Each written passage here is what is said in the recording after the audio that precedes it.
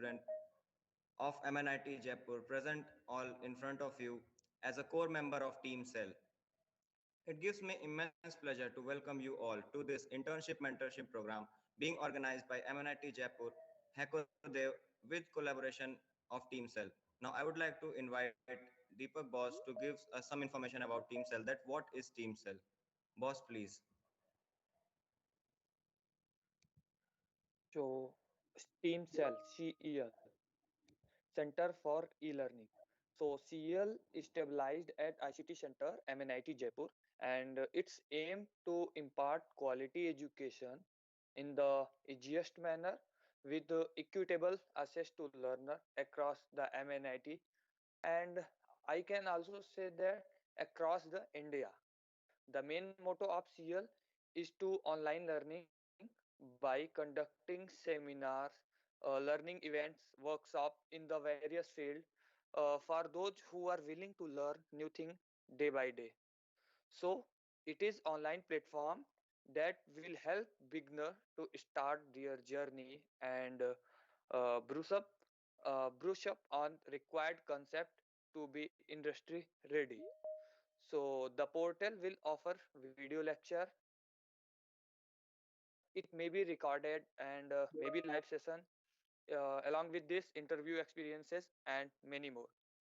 सो यार अब डाउट ये भी तो आ सकता है ना कि ये सारी चीजें यूट्यूब पे या फिर गूगल पे सर्च करने पर भी तो अवेलेबल हो सकती है एंड कोर्सेज की बात करें तो एनपीटीईएल पे सारे कोर्सेज फ्री में अवेलेबल हैं तो फिर क्यों सीईएल अगर आपको एक टॉपिक दी जाए और उस टॉपिक पे एनपीटीईएल पे वीडियो जो है वो 50 मिनट का है यूट्यूब पे वो वीडियो 5 मिनट का है तो आप लोगों में से बहुत मैक्सिमम लोग यूट्यूब के 5 मिनट वाले वीडियो पर जाएंगे बिकॉज हमें अब टाइम को थोड़ा देखते हुए काम हम लोग करते हैं सो उसमें बहुत सारे टॉपिक्स ऐसे मतलब बहुत सारे सब टॉपिक्स छूट भी रहे होंगे फिर भी हम उसी 5 मिनट वाली वीडियो पे प्रेफर कर रहे होंगे तो बेसिकली सेल का काम रहेगा कि उसी टॉपिक या फिर जो हमारा कोर्स रहेगा उसको इतना अच्छे तरीके से डिजाइन किया जाए कि वो कम टाइम के साथ साथ इजिएस्ट वे में बच्चों तक पहुंचाया जा सके एंड यही नहीं यार बहुत सारे बच्चे ऐसे होते हैं जो कोर फील्ड में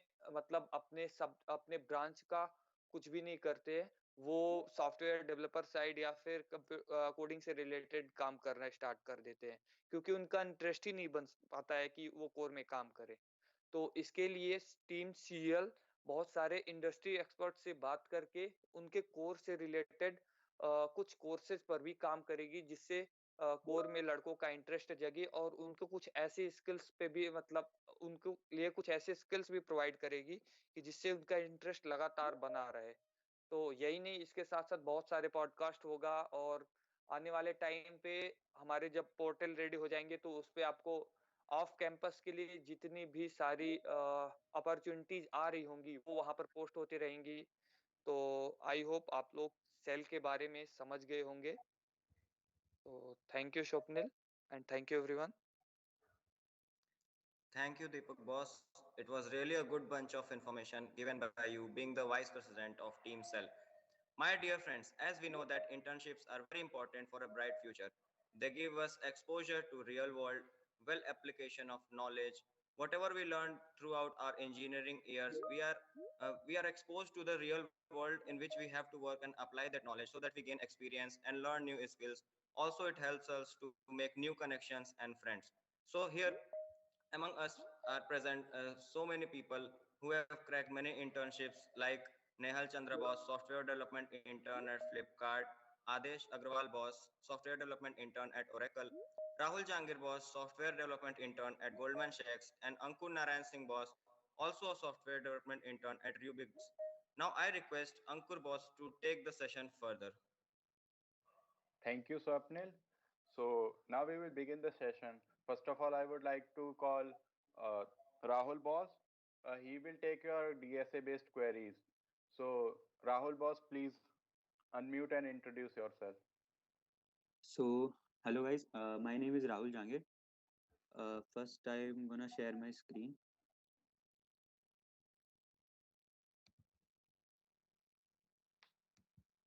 Visible है?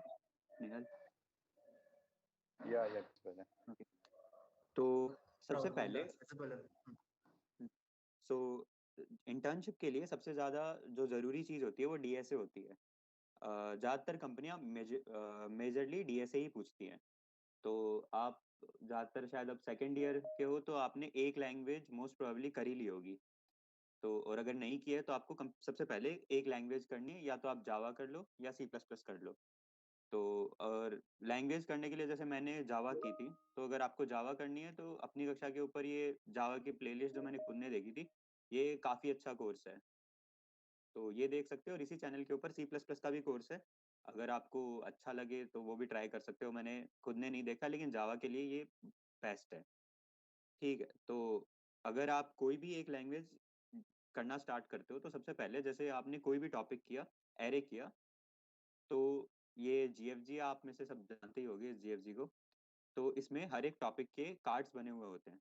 जैसे अगर आपने एरे करना स्टार्ट किया तो इसमें एरे के कार्ड के ऊपर जाओ, और इसमें जितने भी कंपनी टैग्स वाले क्वेश्चन हैं, जैसे वेव एरे, इसमें बहुत सारे कंपनी के टैग्स हैं। तो उस टॉपिक के ये स्पेसिफिक क्वेश्चन जिनमें बहुत सारे टैग्स हैं, वो क्वेश्चन आप कर सकते हो। इससे सिर्फ लिमिटेड नंबर ऑफ क्वेश्चंस करोगे, लेकिन उन क्वेश्चंस की वैल्यू बहुत अच्छी होगी। तो जब आप सारे के सारे इसमें जितने भी कार्ड्स हैं डेटा स्ट्रक्चर के डेटा स्ट्रक्चर के और एल्गोरिथम्स के, जब वो सारे हो जाएं, और हर एक कार्ड में से आपको बस उतने ही क्वेश्चन करने हैं जितने आपको ज़रूरत लगे उस टॉपिक को ढंग से समझने के लिए। पहले आप वीडियो लेक्चर देख लो, उसके बाद में क्वेश्चन कर सकते हो। तो जैसे अलग अलग टॉपिक में अलग अलग नंबर ऑफ क्वेश्चंस करना सही रहेगा। जैसे जो इजी टॉपिक्स है, जैसे लिंक लिस्ट है, एरे है, उनमें आप 20-20 कर लोगे तो भी चलेगा। लेकिन ग्राफ है, डायनेमिक प्रोग्रामिंग है, उनमें आपको 30-40 से ऊपर क्वेश्चन करने पड़ेंगे ताकि आपको वो ढंग से समझ में आ जाए। और एक बार ये सारे टॉपिक हो जाते हैं तो आप बोल सकते हो कि आपको, हाँ, डीएसए की एक बेसिक नॉलेज हो गई है। और इतना करने के बाद आपके पास अब दो वेज स्प्लिट हो जाते हैं, या तो आप कॉम्पिटिटिव प्रोग्रामिंग करो या फिर आप डेवलपमेंट की साइड में जाओ। प्रोजेक्ट तो आपको हर केस में बनाना ही होगा, लेकिन कुछ का होता है कि उनको डेवलपमेंट ही बहुत ज़्यादा अच्छा लगता है। तो अगर आपको सीपी नहीं करनी तो भी चल जाता है काम, लेकिन अगर करनी है तो अपने पास मेजरली दो वेबसाइट्स होती हैं, कोड शेफ और कोड फोर्सेज। आपको दिखाऊं तो ये अपना कोड शेफ है। इसमें आप compete कर सकते हो, इसमें अलग अलग कॉन्टेस्ट चलते रहते हैं।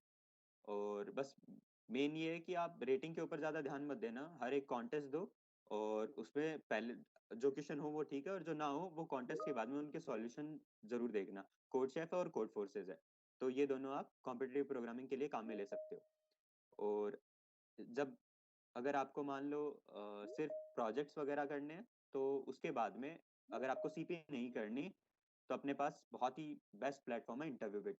अगर आप ये कर लेते हो तो हर एक कंपनी में कोई भी आपसे नया क्वेश्चन नहीं आएगा। जो भी क्वेश्चन होंगे वो मोस्ट प्रोबेबली इसी साइट से घूम फिर के आ रहे होंगे, तो कोई भी आपको नया क्वेश्चन नहीं दिखेगा। तो इंटरव्यू बिट मैं सजेस्ट करूंगा, आप कर तो कभी भी सकते हो, लेकिन जो अपना 2 महीने का समर ब्रेक आता है इंटर्नशिप सेशन स्टार्ट होने से पहले, थर्ड ईयर के जस्ट पहले जो अपना समर ब्रेक आता है, उसमें करना ये बेस्ट रहता है। ये आपकी जो डीएसए की स्किल होती है उसको पूरा अच्छे से ब्रशअप कर देगा।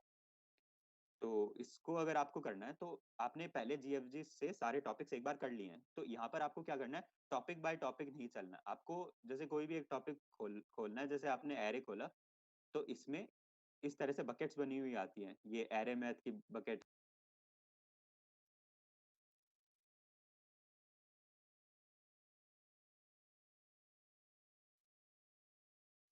Rahul, you are not audible.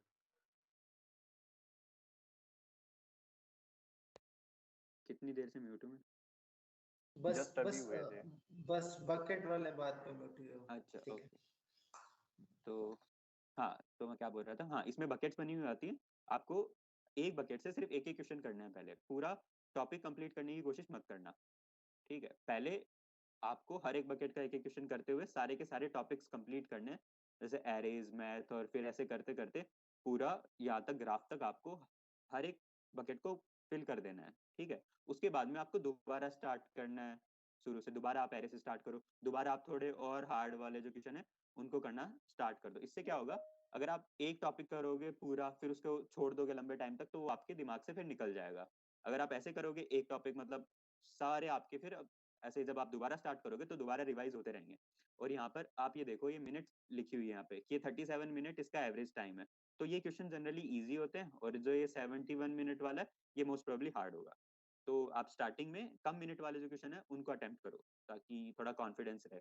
उसके बाद में जब आप दूसरे राउंड पे आओ तब आप ज्यादा मिनट वाले क्वेश्चन कर सकते हो। तो इस तरह से आपको इंटरव्यू बिट करना है। इंटरव्यू बिट पे ऑलमोस्ट आई थिंक 350 के लगभग क्वेश्चन होंगे। मैं सारे करने को लिए तो नहीं बोलूंगा, लेकिन 2 स्टार से ऊपर चले जाना ज्यादातर टॉपिक में, जैसे 2 या 2.5 स्टार इसमें आप देख सकते हो, आराम से पहुंच जाओगे।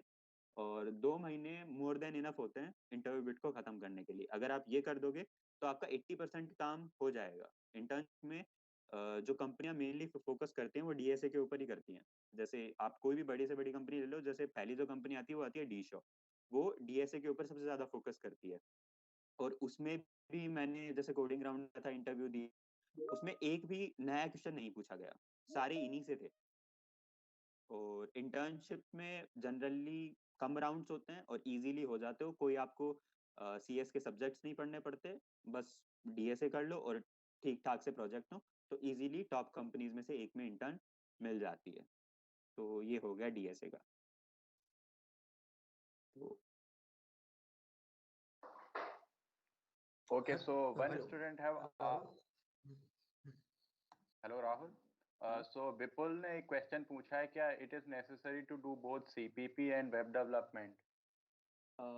देखो आपके इंटरेस्ट पे, अगर आप बहुत अच्छा डेवलपमेंट करना चाहते हो तो सीपी करना बिल्कुल जरूरी नहीं है। मतलब आप कुछ कॉन्टेस्ट दे देना फील के लिए कि भाई इस तरह के ऐसे कॉन्टेस्ट होते हैं, क्योंकि कंपनी का भी पहला राउंड एक तरह का कॉन्टेस्ट जैसा ही होगा। तो आप कुछ कॉन्टेस्ट दे देना बस थोड़ा फील लेने के लिए।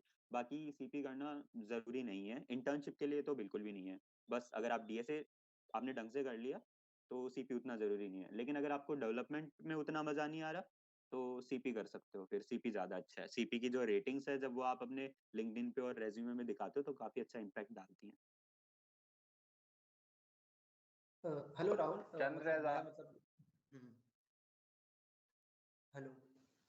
हाँ हाँ हाँ बोलो। राहुल, मैं ये पूछ रहा था तुमसे कि क्या बोलते हैं, तुमने अपना अपना प्रिपरेशन किस मंथ के अराउंड स्टार्ट किया था और तुमको कितना टाइम लग गया था, लाइक अगर कोई जनरल व्यू पूछे तो। हाँ, ओ, तो देखो स्टार्ट तो मैंने जैसे फर्स्ट ईयर से ही कर दिया था स्टार्ट तो, लेकिन बहुत स्लो था। मैंने जितना किया था वो 1 महीने में किया जा सकता था। तो मैंने मेनली स्टार्ट किया था थर्ड सेमेस्टर में। आप लोग भी शायद अभी अच्छा। थर्ड सेमेस्टर में हो, मैंने थर्ड सेमेस्टर के स्टार्ट से कर दिया था। जैसा मैंने बताया, ये जो जीएफजी है और ये कोर्स है, ये आपके पेस पे डिपेंड करता है। ये लेट से आप 1 से 2 महीने में खत्म कर सकते हो, और ये जो इंटरव्यू बिट है ये भी आप 2 महीने के समर ब्रेक में खत्म कर सकते हो। तो 4 महीने में आप डीएसए, और सिर्फ डीएसए नहीं, अलोंग साइड आप कोई प्रोजेक्ट और डेवलपमेंट भी कर सकते हो। तो 4 महीने मोर देन इनफ है अच्छी से अच्छी इंटर्न लेने के लिए।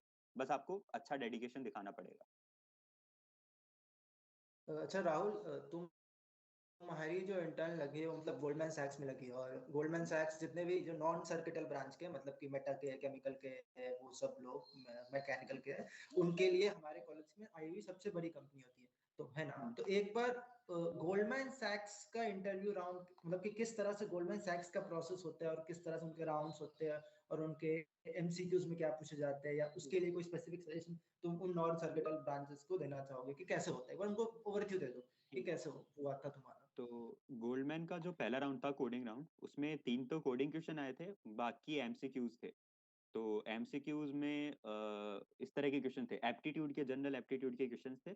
तो अगर आपको स्पेसिफिक, जैसे मैंने कोई एप्टीट्यूड के लिए प्रैक्टिस नहीं की थी, बस वो ऐसे ही हो गए थे वो क्वेश्चन आराम से। लेकिन जैसे कुछ कंपनियां हैं, ओरेकल हो गई, गोल्डमैन हो गई, जो इनको पूछती है, तो आपको अगर कभी आपने पहले कभी किए नहीं है अगर एप्टीट्यूड के क्वेश्चन, तो इंडिया बिक्स नाम की वेबसाइट है, वहां पर जाके आप उसकी थोड़ी बहुत प्रैक्टिस कर सकते हो। उसके अलावा 2 कोडिंग राउंड हुए थे, किसी किसी का एचआर भी हुआ था, मेरा एचआर नहीं हुआ था। तो 2 जो टेक्निकल राउंड थे उनमें आधे टाइम उन्होंने डीएसए पूछा, बहुत मतलब इजी टू मीडियम क्वेश्चन पूछे, बिल्कुल भी हार्ड नहीं पूछे। और बाकी आधे टाइम उन्होंने डीएसए पूछा और आधे टाइम उन्होंने ऊप्स के कॉन्सेप्ट पूछे, ऑब्जेक्ट ओरिएंटेड प्रोग्रामिंग के। आप जो भी आप वीडियो सीरीज देखोगे आपकी लैंग्वेज की, जावा की या सी प्लस प्लस की, उसमें अब आपको ऊप्स भी कराएंगे। ऊप्स आप ट्यूटोरियल पॉइंट से भी कर सकते हो, या फिर कोई भी जो अपनी वेबसाइट है जीएफजी, या फिर ट्यूटोरियल्स पॉइंट, उन दोनों के ऊपर आप आराम से कर सकते हो ऊप्स। कंपनियां काफी पूछती हैं। तो ये 2 राउंड थे। मैं बोलूँगा इजी थे, काफ़ी इजी थे, नॉन सर्किटल ब्रांच वाले भी आराम से ले सकते हैं। हाँ, so Rahul, Sajal ने question पूछा minimum CGPA required and how much effort we have to give. So can you answer this question? Minimum CGPA तो देखो, जैसे नेहल ने बताया था कि 7.5 ज्यादातर कंपनियों के लिए 7.5 ही रहती है, लेकिन जैसे डीशो है उसने 7 से कम वाले जो अपने एक बॉस हैं जिनका डीशो में हुआ है 6.9 थी उनकी सीजीपीए। तो कुछ कंपनियां लगाती हैं क्राइटेरिया, कुछ नहीं लगाती, लेकिन मैं बोलूंगा कि जितनी हाई रख सको, 8 से ऊपर रख सको, बहुत ही बढ़िया है, क्योंकि वो एक पॉजिटिव इम्पैक्ट डालती है। कई बार मतलब जैसे कोडिंग राउंड में बहुत सारे लोग सेलेक्ट हो गए तो उनको फिर वो सीजीपीए के बेस पे भी उठा सकती है। तो कोशिश करो कि आप ज्यादा ही रखो 8 से। अगर आप सीएस के अलावा अगर कोई ब्रांच है तो 8.5 से ऊपर बहुत सही लगेगी। बाकी अगर आपको मिनिमम पूछनी है तो 7.5 मैं मिनिमम कहूँगा। और एफर्ट जैसे मैंने बताया, सारी चीज़ें बता दी, जैसे आपको ये वाली वेबसाइट करनी है तो एफर्ट तो यार देखो दिन के 4-5 क्वेश्चन करोगे और 4 महीने तक कंसिस्टेंटली करने पड़ेंगे कुछ चीज़ें क्योंकि आपका, हमारा तो लॉकडाउन था तो कॉलेज से प्रेशर नहीं था, लेकिन आपका कॉलेज भी लग रहा है तो आपको एफर्ट तो देने होंगे, ज़्यादा देने पड़ेंगे।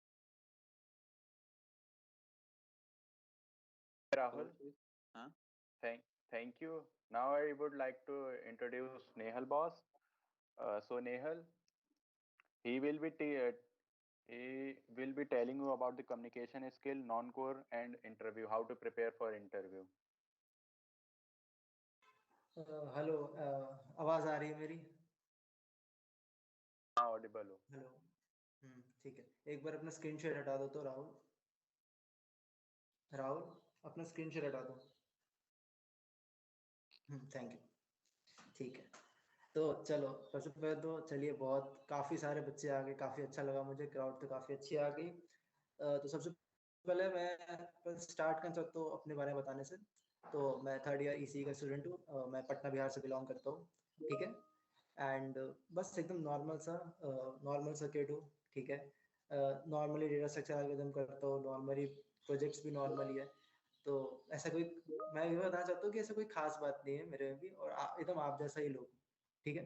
तो सबसे पहले मैं एक बार ओवरव्यू देना चाहता हूँ फ्लिपकार्ट के इंटरव्यू और उनका प्रोसेस कैसा होता है, ताकि तुम लोग को आइडिया रहे, ठीक है। जैसा तुम लोग एक बार बता देता हूँ कि Flipkart is one of the highest in hand paying cash companies of India. मतलब कि एक सीटीसी होती है और एक इन हैंड कैश होता है जो बंदे को मिलता है उसके अकाउंट में। तो फ्लिपकार्ट उन टॉप 5 टॉप 10 ऑल इंडिया में आती है जो बहुत अच्छा पैसा देती है। अब ये मैं इसलिए बता रहा हूँ कि इतनी बड़ी कंपनी में भी बहुत नॉर्मली से निकाला जा सकता है, ठीक है। तो एक बार इसके प्रोसेस में, लाइक फ्लिपकार्ट में इंटरव्यू में क्या हुआ था, कैसे प्रोसेस फ्लिपकार्ट के लिए स्पेसिफिकली होता है, मैं बता देता हूँ। तो फ्लिपकार्ट जो होती है वो सीएस और ईसी के लिए ओपन होती है, ठीक है। इलेक्ट्रिकल के लिए भी नहीं ओपन होती है, लेकिन कॉलेज में ज्यादातर जो कंपनीज आती है वो इलेक्ट्रिकल तक ऑलमोस्ट 80% तक ओपन हो जाती है। ईसी में अगर आप हो तो अगर 30 कंपनीज आ रही है तो 29 to 28 कंपनीज ईसी के लिए भी ओपन हो जाएंगी, ठीक है। तो अब फ्लिपकार्ट कैसा होता है कि फ्लिपकार्ट में पहले एक फर्स्ट राउंड होता है कोडिंग राउंड।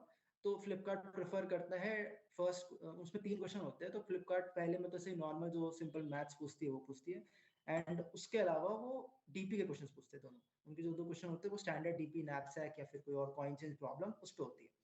तो ये वाले निकलने के बाद इसमें ये होता है कि काफी लोगों के 3 सवाल बन जाते हैं, क्योंकि स्टैंडर्ड सवाल ही होते हैं। तो फिर वो रेज्यूमे देखते हैं, फिर अलग अलग चीजें फैक्टर करते हैं, फिर रैंडमली उठा के 15 लोग 20 लोगों को, लाइक हम लोग के टाइम में 15 लोगों को उन्होंने सेलेक्ट किया था।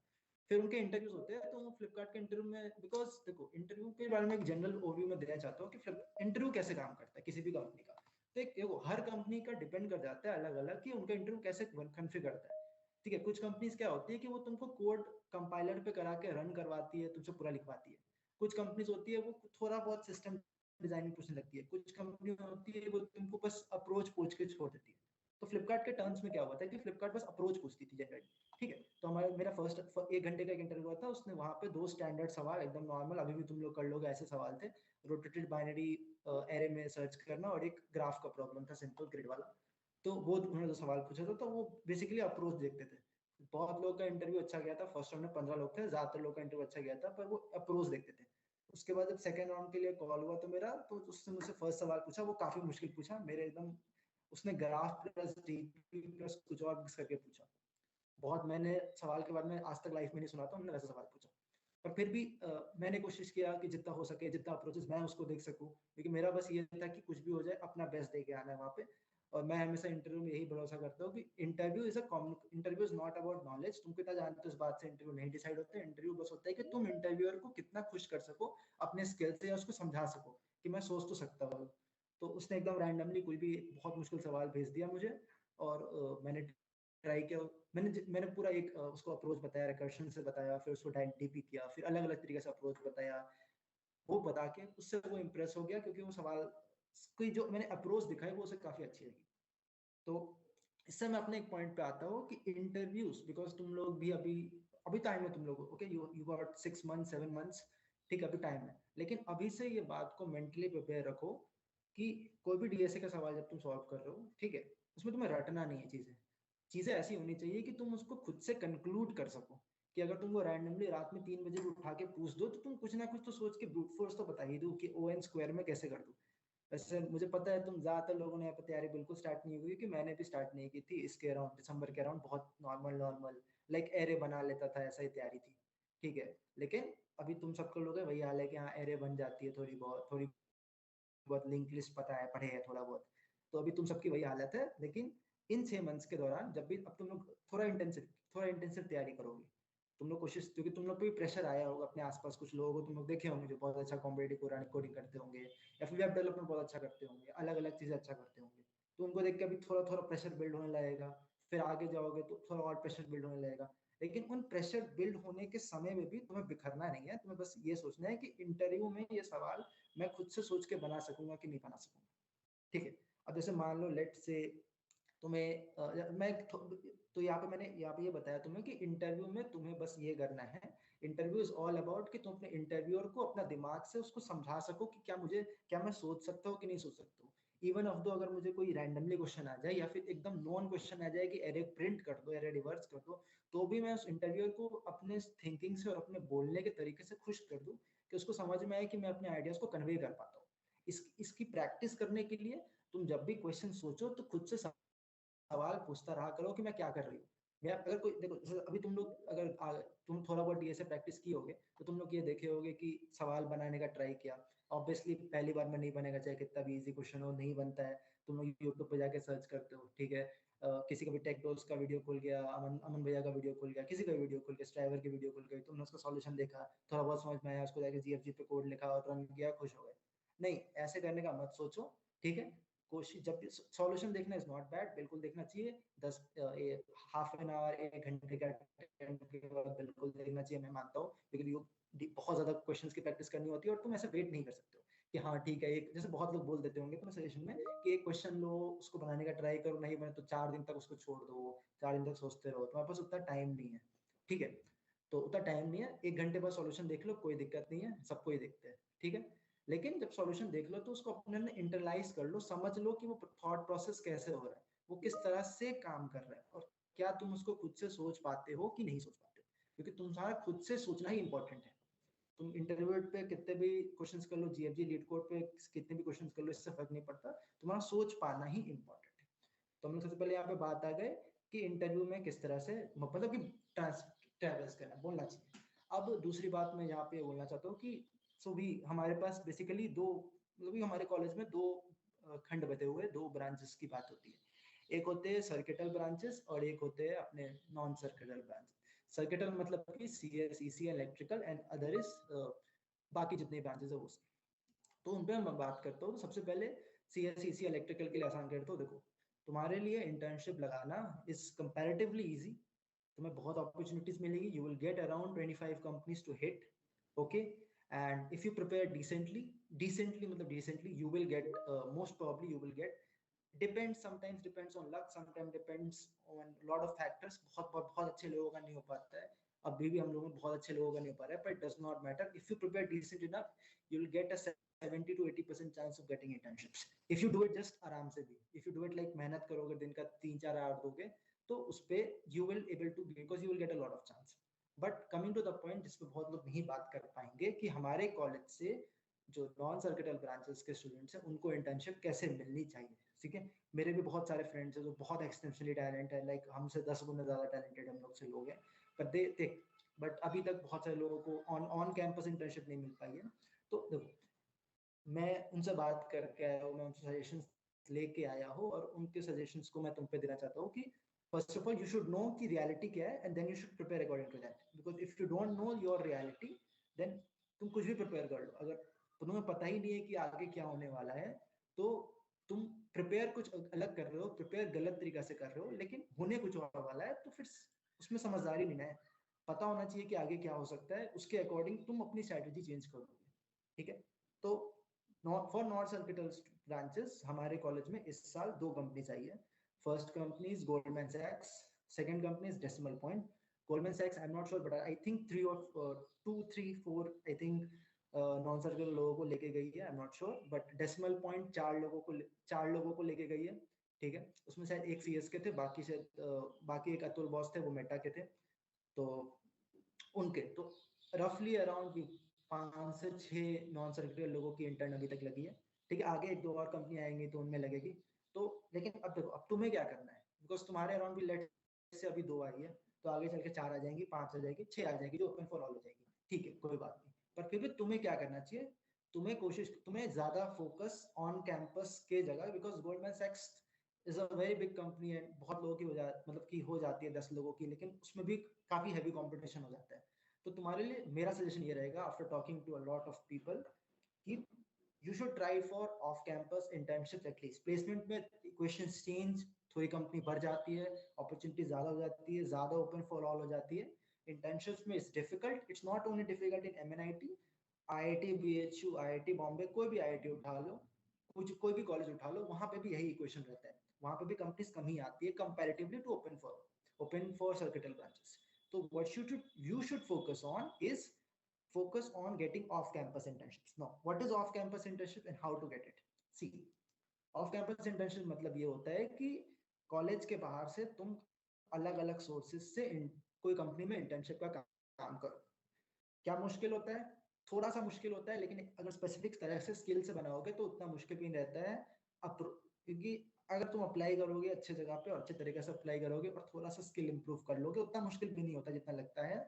जितना यूट्यूब वीडियोस देख के लग जाता है कि जी सॉक निकालना पड़ेगा, वो निकालना पड़ेगा, उतना भी मुश्किल नहीं होता है। उसके लिए क्या करना पड़ेगा, तुम 2 तरीका से कर सकते हो। Number 1 thing is improve development और improve your competitive coding। competitive coding से क्या हो जाता है कि देखो, डेवलपमेंट से कहाँ पे इंटर्नशिप मिलती है और कॉम्पिटिटिव कोडिंग करने से कहाँ पे इंटर्नशिप मिलती है, इसको समझो। कॉम्पिटिटिव कोडिंग से क्या होता है कि जब तुम कॉम्पिटिटिव कोडिंग करते हो, ठीक है, स्टार्टिंग में बहुत डिफिकल्ट लगता है, बहुत डिफिकल्ट लगता है, पर जब तुम करने जाओगे धीरे धीरे it will take you time, 1 month 2 month, but you will get the gist of it कि हाँ सिंपल ही चीज है, ऐसा कोई बहुत मुश्किल चीज नहीं है, सिंपल मैथ्स, गणित, लॉजिकल थिंकिंग है। धीरे धीरे तुम करते जाओगे तो आगे क्या होगा कि आफ्टर जुलाई बहुत सारी कंपनीज अपनी ऑफ कैंपस, सारी कंपनीज करती है, Google, Microsoft, even small companies, big companies, Deloitte, any company, Adobe, any company you take, and specially for girls, सबके लिए, उनके लिए तो और ज्यादा करती है कि वो अपनी ऑफ कैंपस खोल देती है कि जिनको भरना है भरो, ब्रांच को मतलब नहीं है। तुम उसमें जब भरते हो तो उसमें वो तुम्हारी पहले तो वो रेज्यूमे से शॉर्टलिस्ट करते हैं, वो तुम्हारा रेज्यूमे देखते हैं, उसमें देखते हैं कि तुमने कितनी चीजें लिखी हुई है, तो इस पे शॉर्टलिस्ट करते हैं, और नहीं तो रेफरल से शॉर्टलिस्ट करते हैं। अभी मैं रेफरल पे बात कर लूंगा कि रेफरल कैसे ले सकते हो। अगर मैं समझ रहा हूँ तुम उनसे ज्यादातर लोगों का कोई जान पहचान नहीं होगा, मेरा भी कोई जान पहचान नहीं है, तो बिना जान पहचान के, बड़े बड़े लोगों से जान पहचान के भी रेफरल कैसे मिल सकता है, उससे बात करेंगे। तो सब रेज्यूमे पे आ गए हम, ठीक है। तो वो रेज्यूमे देख के शॉर्टलिस्ट करते हो। ज्यादातर टाइम अगर तुम्हारा रेज्यूमे बहुत भी नॉर्मल है तो कभी ना कभी तुमको डिसेंट कंपनी से कॉल आ जाएगा। जब कॉल आएगा तो तुमको एक टेस्ट लिंक आएगा, जैसा कभी शायद तुम लोगों ने टेस्ट दिया होगा, तो टेस्ट लिंक होता है, उसमें 2-3 सवाल होते हैं, ठीक है। उन 2-3 सवालों, उनमें 2-3 डीएसए के सवाल होते हैं जो थोड़े डिफिकल्ट, मतलब मीडियम से डिफिकल्ट सवाल के होते हैं, मीडियम इजी मीडियम लेवल के सवाल होते हैं। तो उन सवालों को सॉल्व करने के लिए कॉम्पिटिटिव कोडिंग स्किल्स काम आ जाती है, वहां पे कॉम्पिटिटिव कोडिंग की स्किल्स काम आ जाती है, ठीक है। और जब तुम उन चीजों को वहां पे, जब तुम राउंड 1 निकालते हो, फिर तुम्हारा इंटरव्यू होता है, तो वहां पे भी वो कोशिश करते हैं कि हेलो, एम आई ऑडिबल? हाँ हाँ ऑडिबल हो। हाँ ठीक है, ठीक है। हाँ, तो वहां पे भी वो लोग कोशिश करते हैं कि क्या बोलते हैं, तुमसे थोड़ा हाई लेवल के ही सवाल पूछे। तो कॉम्पिटिटिव कोडिंग करने से ये फायदा होता है कि तुम कंपनीज के राउंड्स निकाल सकते हो जो उनके होगी ऑफ कैंपस। अगर तुम डेवलपमेंट इंप्रूव करते हो अपना, क्योंकि और कैसे इंप्रूव करते हो उसके मैं थोड़ा सा हिंट दे दूंगा, ठीक है। मैं एक्सपर्ट नहीं हूँ, पर थोड़ा सा हिंट दे दूंगा जितनी मुझे ज्ञान है कि अगर तुम डेवलपमेंट इंप्रूव करते हो तो उससे क्या होता है कि लिंक्डइन नाम की कुछ साइट्स के नाम में लिख देता हूँ, ठीक है। वन इज लिंक्डइन, तो मैं बोल देता हूँ, one is LinkedIn, other is Internshala, third is evangelist. Evangelist is basically website जो जहाँ पे स्टार्टअप लोग आते हैं इंटर्न्स हायर करने के लिए, and other is there to compete, और फिर अलग अलग साइट्स आ जाती है। तो ये इन वेबसाइट्स पे क्या होता है कि इन पे लोग होते हैं जिनको अपना कुछ काम करना होता है, या तो वेबसाइट बनानी होती है, बनवानी होती है, या फिर फ्रीलांसिंग की मैं बात नहीं कर रहा हूँ, it's a difficult game, it's मतलब डिफरेंट गेम, पर मैं सिर्फ नॉर्मल इंटर्नशिप की बात कर रहा हूँ, ठीक है। तो तुम वेबसाइट बनाना होता है, या फिर किसी को ऐप बनाना पड़ता है, या डेटा से हैंडल करना होता है, तो वो क्या करते हैं, वो सब बोल देते हैं कि आइए जिनको इंटर्नशिप करनी है कर लो, हम आपको 5-10 हज़ार रुपए देंगे। तुम्हारे लिए वो 5-10 हज़ार मैटर नहीं करता, तुम्हारे लिए वो अपने सीवी में लिखा हुआ मैटर करता है उस बंदे का कि मैंने इस बंदे में रियल लाइफ एप्लीकेशन बनाई। किसी ने मुझसे पूछा था कि डेवलपमेंट क्या होता है, प्रोजेक्ट कैसे बनाते हैं, तो एक प्रोजेक्ट तो अपन कोई कोर्स खरीद लिए, ठीक है, सबसे पॉपुलर कोर्स कोल्ड स्टील का कोर्स खरीद लिया, या एंजेला यू का कोर्स खरीद लिए, उसमें कुछ बनाना आ गया कि कैंप ग्राउंड प्रोजेक्ट बना लो, या सोशल मीडिया प्रोजेक्ट बना लो, या पोर्टफोलियो बना लो, ये प्रोजेक्ट आ गया, वो तो हो गया हमारा प्रोजेक्ट। एक होता है रियल लाइफ प्रोजेक्ट कि तुम किसी बंदे के जाके एक्चुअल वेबसाइट बना रहे हो, तुम किसी बंदे के जाके एक्चुअल ऐप बना रहे हो, तो उससे क्या होता है कि उसमें बहुत जब वो तुम्हारे रिज्यूमे में लिखा रहता है कि इस बंदे ने एक्चुअल वेबसाइट बनाई है किसी बंदे की, भले ही छोटी बनाई हो, भले ही सिंपल लैंडिंग पेज ही बनाया हो कि भैया यहाँ आके क्लिक कर दो, ये भी बनाया, लेकिन इस बंदे ने रियल लाइफ प्रोजेक्ट तो बनाया है जो रियल में यूज हो रहा है, इस बंदे ने ऐप तो बनाया है जो रियल लाइफ कहीं पे यूज हो रहा है, तो उसका इम्पैक्ट पड़ता है। तो वहां पे तुम क्या करते हो कि एक बार तुमने डेवलपमेंट सीख ली, डेवलपमेंट कैसे सीखे, सिंपल सी बात है, हर डेवलपमेंट फील्ड की, whether you talk about web development, you talk about app development, और you talk about machine learning, ठीक है, तीनों के फील्ड में, और इफ एनीथिंग एथिकल हैकिंग पे भी होगा तो हमको बस बता देंगे उस पर। पर ये तीन चीजों पे तुम यूडीमी पे गए या किसी जगह पे गए, तुमने कोई कोर्स खरीदा, 400 रुपए का कोर्स आता है, उन कोर्सेज को फॉलो किया। कोई भी डेवलपमेंट सीखने में कोर्स से फॉलो करने में यू विल टेक अराउंड 1.5 महीने समय लगता है, 1.5 महीने में तुम सीख गए। उसके बाद जब तुम डेवलपमेंट का कोर्स करोगे, तो वो ऑब्वियसली तुमको सेल्फ प्रोजेक्ट, जिसकी मैं बात कर रहा था कि तुम पोर्टफोलियो बना लोगे खुद का, या कोई सिंपल सोशल मीडिया ऐप बना लोगे, उसको रन नहीं करोगे पर अपने लिए बना लोगे, ठीक है। उसको जब तुम बना लिए, फिर वो तुम्हारे रेज्यूमे में आ गया कि मैंने खुद के लिए ऐसी ऐसी रैंडम वेबसाइट्स बना ली, और फिर तुम लिंक्डइन पे ऐसे ऑफर्स आएंगे कि हमें असली की वेबसाइट बनानी है, तुम अप्लाई करो कि भैया मैं बना सकता हूँ, मैं बना सकता हूँ। तो ऐसे करके इन सारे वेबसाइट्स पे आएंगी, तुम उन पे ऐसे अप्लाई करते जाओगे, अपना रेज्यूमे भेजते जाओगे, अपने प्रोजेक्ट के बारे में बताते जाओगे। जब तुम ये करोगे तो फिर क्या होगा, फिर सिंपल से ये काम होगा कि कहीं ना कहीं तुम्हारा वो वहाँ पे सिलेक्शन हो जाएगा। अगर तुम 20 जगह पे भेजोगे ना, मैंने 100 जगह पे भेज चुके, मेरे काफी दोस्त लोग हैं वो भेजे जा रहे हैं, उनका बहुत जगह होता है, अगर 100 जगह भेजेंगे तो कम से कम 5-10 जगह भी उनको कम से कम रिप्लाई कि हाँ भैया इंटरव्यू शेड्यूल करते हैं। जब तुम इंटरव्यू शेड्यूल करोगे, वो सिंपल नॉर्मल चीज पूछेंगे कि भैया बताइए कि ये क्या होता है, आपने अपनी पर्सनल प्रोजेक्ट कैसे बनाया, ठीक है, ये नोड जेएस क्या होता है, जावास्क्रिप्ट क्या होता है, ये सिंपल सवाल पूछेंगे और तुमको हायर कर लेंगे। और तुम सिंपल से 1 महीना में 2 महीना के अंदर डेली 1-2 घंटे काम करके एक इंटर्नशिप कर लोगे। ये ऑफ कैंपस इंटर्नशिप की कोशिश करनी है तुम्हें थोड़ा टाइम बाद से, जी मैं नॉन सर्किटल ब्रांचेस के लिए बोल रहा हूँ, ठीक है। सर्किटल ब्रांचेस को ऑन कैंपस फोकस ही करना चाहिए, ठीक है, उन्हें ऑन कैंपस फोकस करना चाहिए, नॉन सर्किटल ब्रांचेस को ऑफ कैंपस प्रेफर करना चाहिए, क्योंकि ऑन कैंपस बहुत टफ कंपटीशन रहेगा, मिल गई तो अच्छी बात है, but it will be tough competition, so focus on getting off campus, because if let's say you got 600 people and in non-circular branches, and let's say about 100 to 120 people or 150 people want to prepare for SD roles. Analyst roles are different thing, I'm talking about SD roles, ठीक है। और अभी तुम लोग को SDE roles के लिए ही prefer करना चाहिए, एनालिस्ट रोल्स के लिए नहीं प्रेफर करना चाहिए। Analyst you can do it in 1 or 2 months, go for SD roles। तो उसके लिए तुम्हें अभी ऑफ कैंपस इंटर्नशिप की ऐसी मतलब तैयारी करनी चाहिए कि पहले डेवलपमेंट स्किल्स ग्रो करो, उसके पहले स्किल्स ग्रो कर लो, फिर तुम्हें खुद समझ में आ जाएगा, ठीक है। और स्किल्स ग्रो करने के लिए ज्यादा नहीं लगेगा, 1-2 महीने ही लगेंगे, ठीक है। और अब मैं बस 1-2 क्वेश्चंस के आंसर करूंगा, जिसमें किसी ने पूछा था कि कोडिंग बैलेंस करना चाहिए या फिर डेवलपमेंट स्किल्स बैलेंस करना चाहिए, तो उस पर मैं ये बोलूंगा कि if you are an circuital, because strategy depend करती है person to person, if you are a circuital student, focus more on DSA, focus more on 80%, 70 to 80% DSA पे फोकस करो, उसके बाद प्रोजेक्ट्स पे, और प्रोजेक्ट्स की बात होती है इंटरव्यू पे, लेकिन DSA मैटर करता नहीं है। अगर तुम नॉन सर्किटल स्टूडेंट हो तो focus 60 or 50% on coding and then on development. ठीक है, development is not hard, starting में बहुत मुश्किल लगता है, जब तुम करना स्टार्ट करोगे just getting pass 10 threshold. Okay ठीक है Ankur, do you have questions?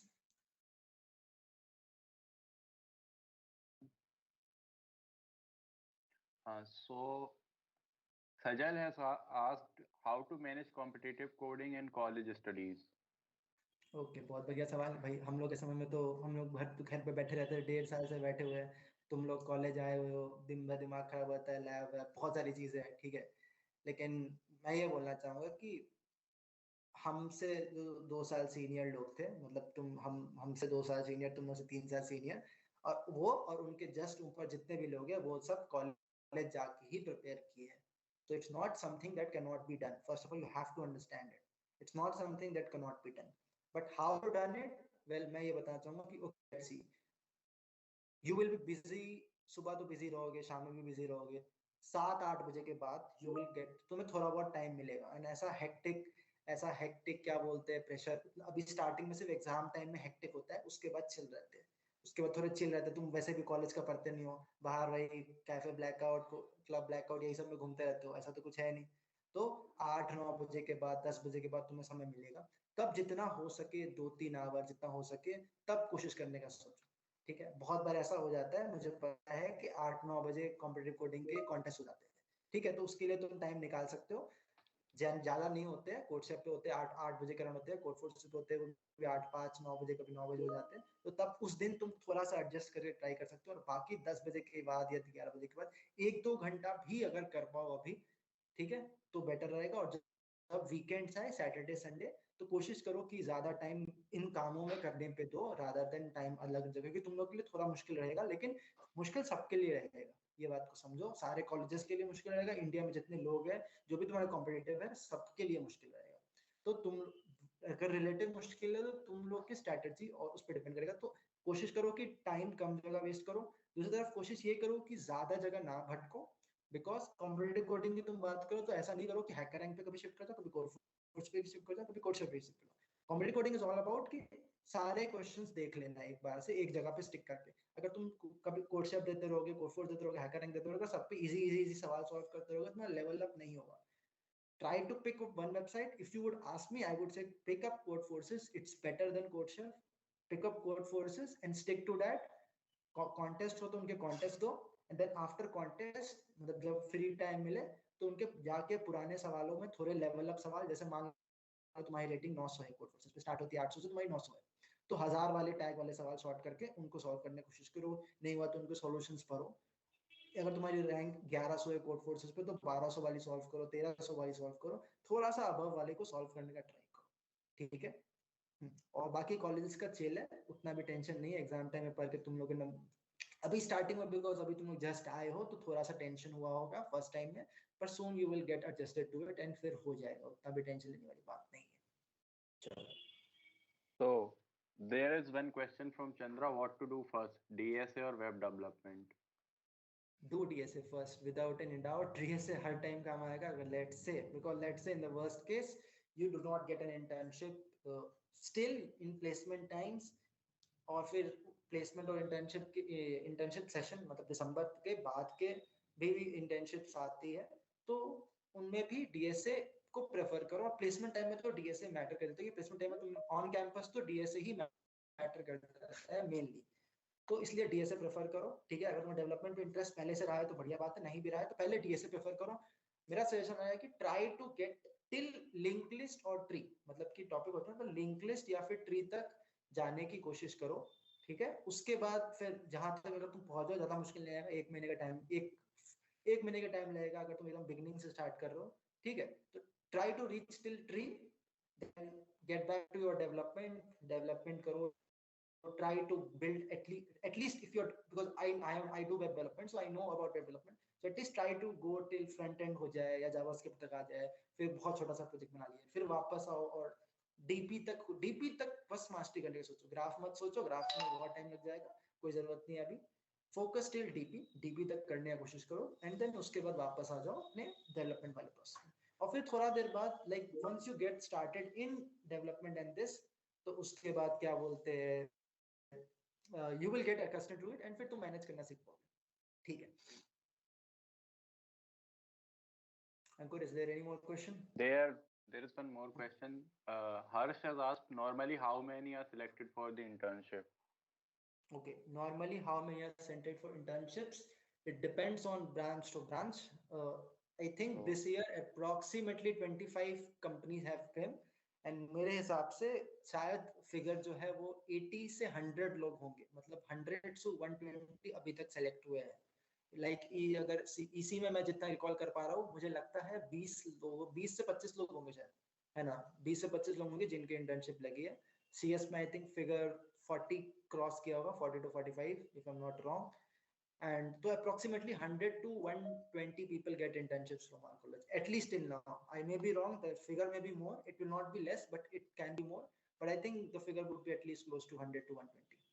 And उसमें मतलब कि अगर नॉन सर्टिकल्स की बात करें तो उनमें approximately 10 to 15 would be the number offer on campus at least. Also, core companies on campus internship are there.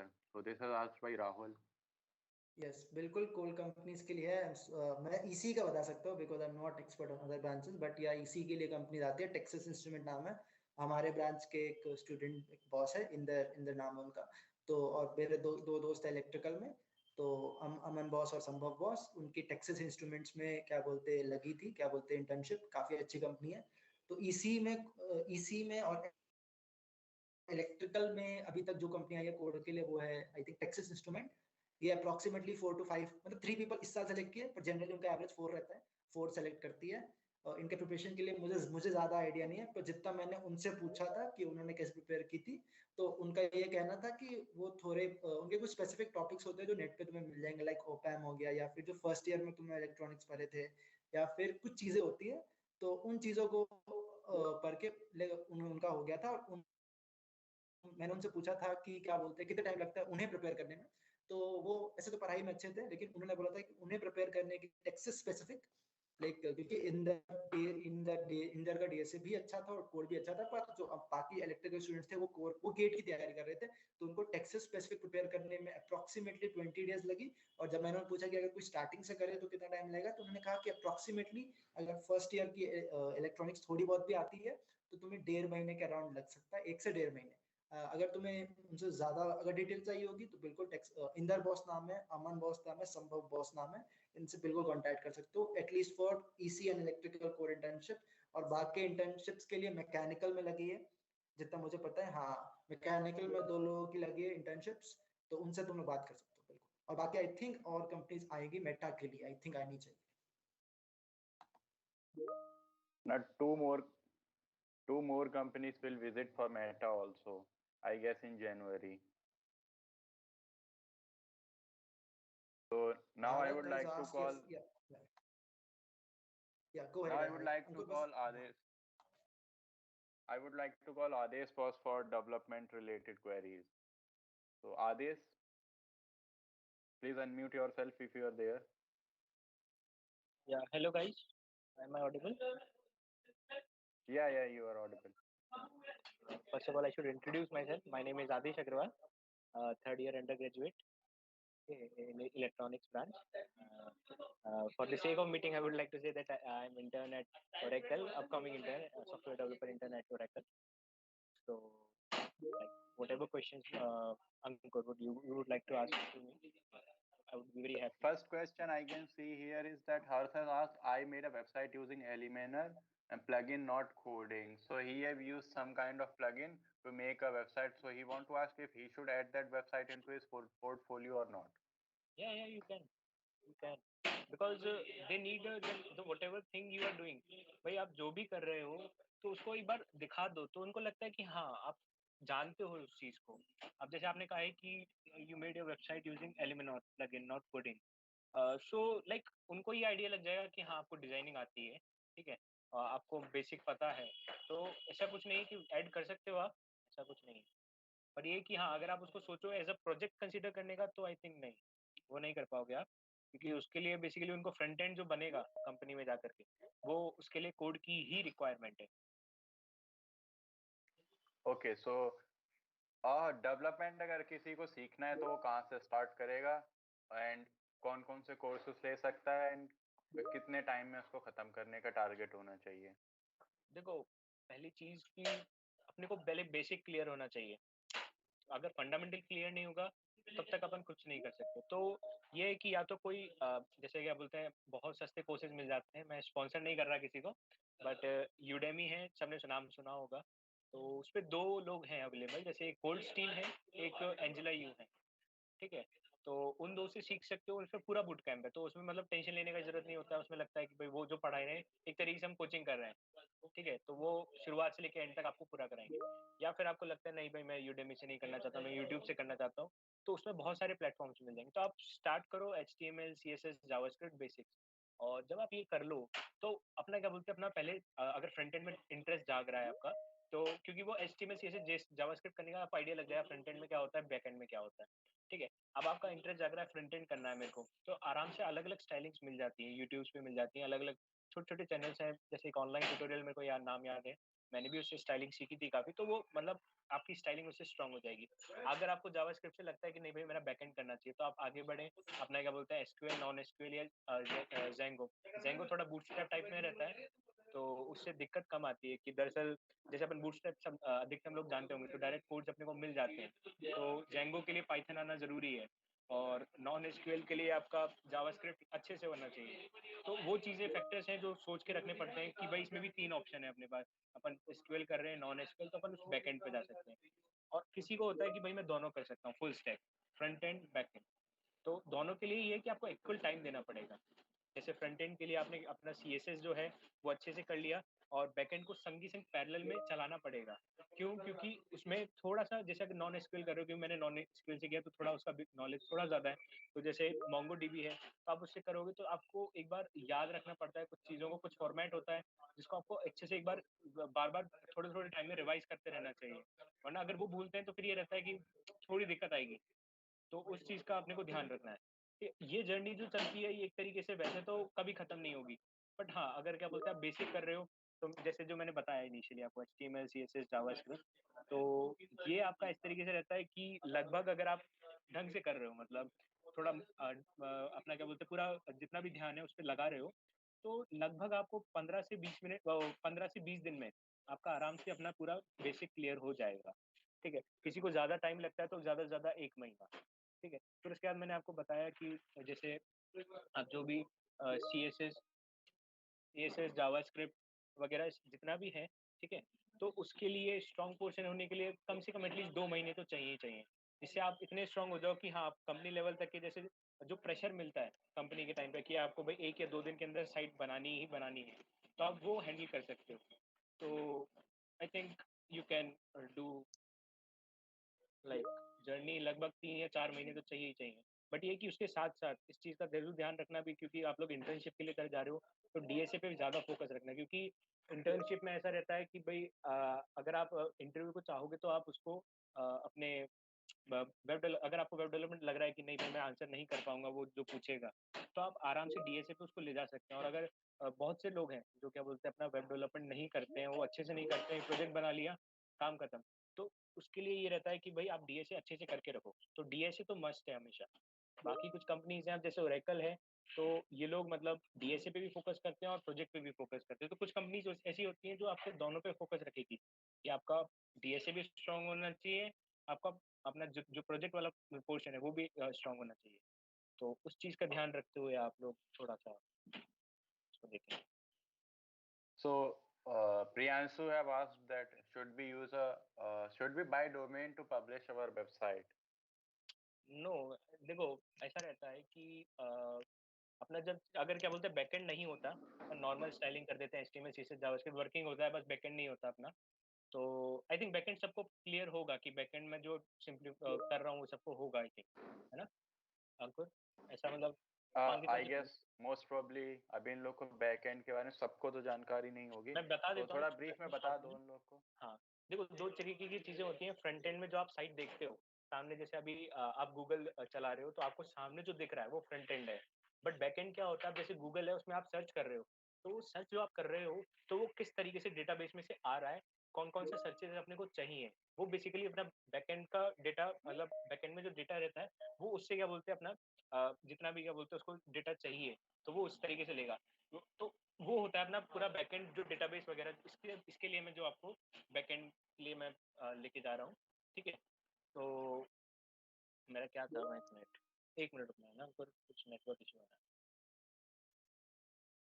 हाँ ठीक है, तो बैकएंड आई थिंक समझ गए होंगे कि भाई अपना पूरा डेटाबेस वगैरह जहाँ स्टोरेज रहता है बेसिकली डेटा का, तो आई थिंक इतना काफ़ी होगा बताने के लिए हमको बैकएंड में, या कुछ और अपनी तरफ से ऐड करना Yeah, चाहेंगे? yeah, yeah. So, है ना जी हाँ। yeah, Rahul, Coursera is not too good for coding. I would एक suggest. क्वेश्चन आप पूछ रहे थे उसका मैं बता नहीं पाया, उसका क्या क्वेश्चन था? Yeah, yeah. Someone has asked, should we choose between C++, Python, and Java? It's all up to you, जिसमें भी करो उसमें एक्सेल करो। देखो C plus plus Python Java तीनों काम की चीज़ें हैं। कोई कंपनी सी प्लस प्लस को जैसे सी प्लस प्लस पे सबका फोकस इसलिए रहता है कि डीएसए से आपका काफ़ी ज़्यादा आसान हो जाता है, वो वाली चीज़ हो जाती है कि मतलब आपके कॉन्सेप्ट जो है वो अच्छे से तीनों में क्लियर होंगे। बट मेरे को जहाँ तक पर्सनली लगा, मैंने भी सी प्लस प्लस पढ़ी है, पाइथन पढ़ी है, तो मेरे को जहाँ तक लगा पर्सनली पाइथन मेरे को थोड़ा लगा कि नहीं, मैं डीएसए इसमें थोड़ा करना मेरे को मुश्किल हो रहा है, मैं सी प्लस प्लस में आराम से कर पा रहा हूँ। तो बाकी ऐसा कुछ नहीं है, बाकी पाइथन के अंदर लाइब्रेरीज जो है उससे आपका काफ़ी आसान हो जाता है। तो ये चीज़ आपके पूरा इंडिपेंडेंट हो आप, क्योंकि आपका मेन फोकस होता है डीएसए कंप्लीट करना है। मेरे को डीएसए में टॉपिक की लिस्ट होती है कि भाई मेरे को स्टार्ट करना है एरे से, अपना क्या बोलते हैं एरेज स्ट्रिंग्स वगैरह कर लिया, फिर उसके बाद अपन थोड़ा सा क्या बोलते हैं अपने इधर इधर क्यूज की तरफ आ गए, स्टैक की तरफ आ गए, लिंक्ड लिस्ट की तरफ आ गए, फिर उसके बाद अपन ट्रीज पे आते हैं धीरे धीरे, ट्रीज ग्राफ्स ये सारे, फिर लास्ट में अपन डीपी करते हैं। तो ये अपने को बेसिकली अपने को ये मेन एजेंडा है कि ये पूरा कंप्लीट होना चाहिए। तो लैंग्वेज तो बस एक फैक्टर है बस, तो जो मतलब लगे कि हाँ, बाकी मैं जैसे मैं मेरी तरफ से राय दूंगा तो ये कहूँगा सी प्लस प्लस पाइथन से ज़्यादा अच्छा रहेगा। जावा में थोड़ी मुश्किल आएंगी क्योंकि जावा का कोड बहुत ज़्यादा लेंदी हो जाता है, पाइथन का कोड थोड़ा शॉर्ट एंड स्वीट रहता है, और सी प्लस प्लस जो है वो नॉर्मल है। तो अगर जिसने सी सीख रखी है वो चाह रहा है कि भाई मैं तो भाई अभी तो कुछ किया नहीं है मैंने अब तक, अब मेरे को करना है, तो आई थिंक उसको फिर सी प्लस प्लस पे जाना चाहिए। जिसने अगर सी कर रखी है तो I think C plus plus पे उसको आसानी रहेगी, क्योंकि फिर वो पाइथन सीखेगा, थोड़ा टाइम लगेगा। आई थिंक उस हिसाब से, क्योंकि दिसंबर चल रहा है, आप लोगों के शायद 6 या 7 महीने बचे हैं, टाइम बहुत है, ऐसी कोई दिक्कत नहीं है। बट लैंग्वेज तो एक फैक्टर है बस। तो इस चीज़ में तो यही कहूँगा मैं, C plus plus Python Java तीनों में से कुछ भी करें बट डीएसए प्रॉपर रखें। आदेश एक बार दिवान अपना, हाँ आदेश एक बार अपना, क्योंकि ओरेकल काफी मतलब काफी एक यूनिक टाइप का इंटरव्यू और उसका स्ट्रक्चर होता है, उनके कॉन्टेस्ट हाँ उनके जो भी प्रोसेस होता है, एक बार उसके बारे में लोगों को बता दो कि क्या क्या टाइप का होता है ओरेकल स्पेसिफिक। 1 मिनट में नेहाल, 1 मिनट होल्ड करना है ना, 1 मिनट बस, है ना, 1 मिनट के लिए okay, प्लीज, सॉरी है ना, okay, एक okay. Minute please. So Devanshu, तुमने पूछा है कि what should we do after C, C++ और DSA. I guess you are trying to say कि आपने C कर लिया है, अब आप पूछना चाहते हो आप C++ करोगे कि DSA करोगे, right? Please write in the chat box if this is the question. So I am assuming this might be case with most. Can we learn C++? Obviously, you can learn C++ instead of C, and obviously you should learn C++ instead of C. Because अगर मैं आपको बता दूं, सी का structure थोड़ा सा tricky हो जाता है, खासकर जब पॉइंटर्स के साथ आप खेलना शुरू करते हो, और उसमें क्लासेस का सीन नहीं रहता, तो मतलब आपको ऊप्स नहीं आता, जबकि कंपनियां ऊप्स भी पूछती हैं। तो सी और सी प्लस प्लस का स्ट्रक्चर ऑलमोस्ट सेम है, तो अगर आपने सी कर लिया है और आपको सी प्लस प्लस पे स्विच करना है, तो मोस्ट प्रोबेबली आपको 1 दिन लगेगा, या मे बी 1.5 दिन लग जाए। मैं आपको पता कितना डिफरेंस जानना है? आपको जानना है पॉइंटर का डिफरेंस। सी प्लस प्लस में पॉइंटर के लिए बस एक डी रेफरेंस ऑपरेटर, मतलब एंड साइन लगा देते हैं, तो उससे आप मतलब जो आपका पॉइंटर होता है उसको आप डी रेफरेंस कर सकते हो। इजिली वो आप देख लेना, आप समझ जाओगे। और दूसरा जो डिफरेंस रहता है वो सी इन और सी आउट, मतलब जैसे इनपुट लेते हैं, तो 2 ही 3 डिफरेंस है सी प्लस प्लस और सी में। और एक क्लासेस का ऊप्स का कंसेप्ट है, वो तो फिर बिल्कुल ही नया है, तो वो आप खुद से ही कर लेना अलग से। तो वो हो जाएगा। तो बेसिकली अगर आपने सी सीख ली, जो कि मोस्ट प्रोबेबली सबके साथ केस होगा, सबने सी फर्स्ट ईयर में तो एटलीस्ट पढ़ी होगी, जिसने सीरियसली पढ़ी उसके लिए और भी अच्छा है, वो 1 दिन या 1.5 दिन दे सकता है और उसके बाद सी प्लस प्लस सीख जाएगा, उसके बाद वो डीएसए पे कूद सकता है। तो लाइक 1 दिन या 1.5 दिन more than enough C plus plus के लिए। बस आपको ये स्ट्रेटजी सीख लो कि आपको सीखना क्या क्या, आपको इनपुट आउटपुट कैसे लेना है और पॉइंटर्स कैसे हैंडल करते हैं सी प्लस प्लस में, बस उतना देख लेना। ठीक है, बाकी फंक्शन जैसे वर्क करते हैं सी में, बिल्कुल वैसे ही वर्क करते हैं सी प्लस प्लस में। और ऊप्स के क्वेश्चन की बात है तो इंटरव्यू में डायरेक्टली पूछे जाते हैं, और ओरेकल का जो अभी आदेश आएगा तो वो समझाया कि ओरेकल में काफी ऊप्स के क्वेश्चन आए थे, ऑलमोस्ट लाइक एक पूरा वही था मॉड्यूल जिसमें ऊप्स के काफी क्वेश्चंस थे। और वैसे तो ऊप्स काफी इजी है, 2-3 दिन में हो जाएगा, तो अगर अभी चाहो तो ऊप्स छोड़ भी सकते हो, अभी डीएसए पे काम कर लो। ऊप्स तो ऐसा है इंटरव्यू, लेट से तुम्हारा कोडिंग राउंड निकल गया तो एक रात बैठ के तुम सिर्फ ऊप्स पढ़ सकते हो, या फिर डीएसए हो जाए तो ऊप्स किसी दिन खाली मन नहीं है तो ऊप्स काफी इजी है, तो आप उस दिन भी कर सकते हो। और वेब ऐप डेवलपमेंट में कितना टाइम लगेगा इसके लिए आदेश आ जाएगा, फिर वो आंसर कर हेलो। देगा हाँ, इसमें। सॉरी, रियली सॉरी, मेरे को कुछ छोटा सा काम आ गया था तो मेरे को जाना पड़ा। ठीक है, इट्स तो ओके रियली, आदेश, कंटिन्यू। हाँ, मैं क्या बाहर था तो इस चक्कर में सॉरी है ना। मैं इट्स विजिबल ओके। हूँ ना, मैंने वीडियो हाँ भी ऑन हाँ, किया है। हाँ, ठीक है। तो एक क्वेश्चन निहाल ने पूछा था, क्या था? निहाल, तुमने कुछ पूछा था ना? हाँ, मैं ओरेकल का मतलब पूरा प्रोसेस हाँ, जानना चाह रहा ओरेकल था का क्योंकि प्रोसेस। काफी यूनिक प्रोसेस होता है ओरेकल का। हाँ, ओरेकल का यूनिक इसलिए रहता है इसमें क्योंकि जैसे जो मैंने दिया था तो ओरेकल का, हाँ, ओरेकल का जब मैंने दिया तो स्टार्टिंग में इनिशियली जो अपना कोडिंग राउंड होता है तो इसमें मल्टीपल चॉइस क्वेश्चंस आते हैं। अच्छा, इसकी यूनिक बात ये है कि इसके अंदर ये मैं पहला ऐसा कॉन्टेस्ट देखा जिसके अंदर एक भी अपना कोडिंग क्वेश्चन नहीं था। इसमें कोडिंग क्वेश्चंस भी थे, वो सारे एमसीक्यू में थे। ठीक है, तो उसमें क्या रहता है, अपना मेन फोकस इसमें वो लोग इसलिए रखते हैं कि आपका सब कुछ क्लियर होना चाहिए। जैसे इस बार जो क्वेश्चंस थे वो एवीएल ट्री से थे अपने, है ना, ट्री से ज्यादा थे कोडिंग राउंड के अंदर। ठीक है, और दूसरा जो था अपना इन लोगों ने ज्यादा फोकस उस पर रखा था कि भाई आपकी कॉम्पिटिटिव प्रोग्रामिंग के साथ मेंटल एबिलिटी कैसी है। दूसरा आपके कंप्यूटर सब्जेक्ट, जैसे अपना ये जितना ऊप्स रह गया, अभी अंकुर बता रहा था ऊप्स के बारे में, है ना, और अपना ये डीबीएमएस हो गया, कंप्यूटर नेटवर्क्स हो गया, एंड खास करके ऑपरेटिंग सिस्टम। ठीक है, तो उस इन चीज़ों पे फोकस ज़्यादा रहता है उन लोगों का। और एक रहता है अपना ये इंग्लिश वाला पोर्शन। ठीक है, जैसे अपना वर्ड्स वगैरह, ये तो थोड़ा मेरे को भी थोड़ा सा हिल गया था, बट ठीक है। तो ये चीज़ें फैक्टर रहते हैं स्टार्टिंग में, इनिशियली जो अपना कोडिंग राउंड होता है जो अपन देते हैं। ठीक है, तो अब उसके बाद जैसे उसके लिए करने के लिए मैं यही कहूँगा सजेशन, इंग्लिश तो देखो सबकी लगभग नॉर्मल होती है, थोड़ा सा ज़्यादा ये तो रेकल के लिए तो कि भाई नॉर्मल इंग्लिश रखो, थोड़ा आइडिया लग जाता है क्वेश्चंस करते वक्त। रीजनिंग के लिए अपनी नॉर्मल मेंटल एबिलिटी सबकी, सब जेई दे के आए तो सबकी इतनी स्ट्रांग तो है कि वो मेंटल एबिलिटी सॉल्व कर लेंगे। ठीक है, तीसरी चीज रहती है अपना क्या बोलते हैं कोडिंग के क्वेश्चन, अगर आपने डीएसए अच्छे से कर रखा है तो आपका बहुत आराम से निकल जाएगा। एक फैक्टर होता है इसके अंदर अपना जावा। ये हर कंपनी जो है जावा का दरअसल क्या है, अपना जो क्लास वाला पोर्शन रहता है, जो उप्स वाला पोर्शन रहता है, जावा से पूछा जाता है। ठीक है, उसको एमसीक्यू में पूछा जाता है, ऐसे कोई भी आपसे डायरेक्टली नहीं पूछे, उन्हें भी पता है कि सामने वाले को जावा थोड़ी बहुत ही आती है। तो उसके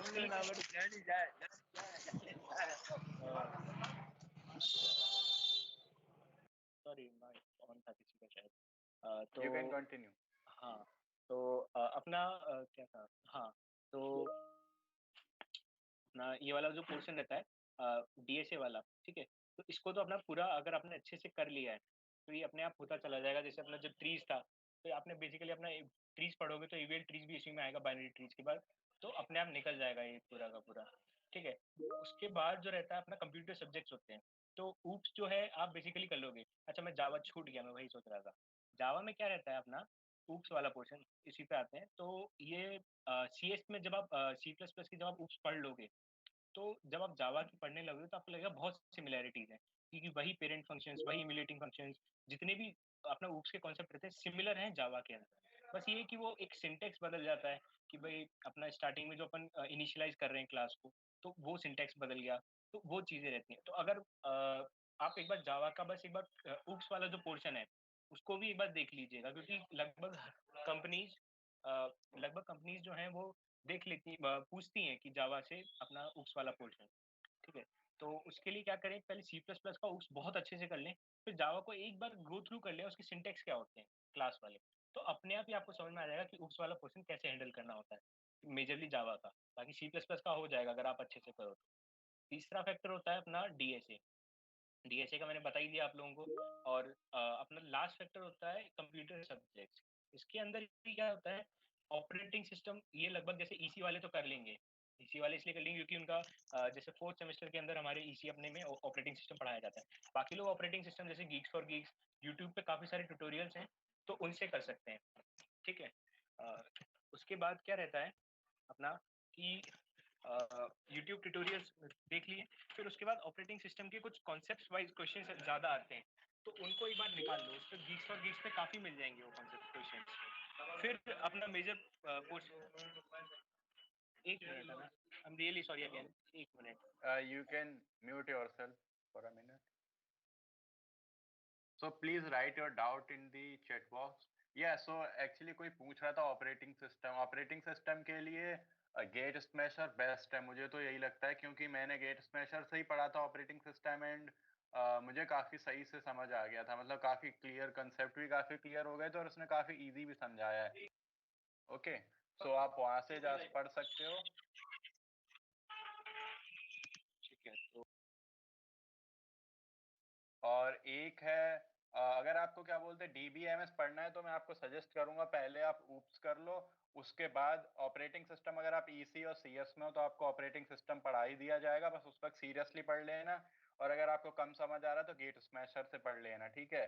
और फिर उसके बाद डीबीएमएस अगर आपके पास टाइम मिले तो पढ़ लेना, क्योंकि अभी जितने भी लोगों की इंटर्न लगी है तो रेयरली ही कुछ ही लोग हैं जिनको बहुत ज्यादा इंटरेस्ट था, उन्होंने डीबीएमएस खत्म कर रखा है।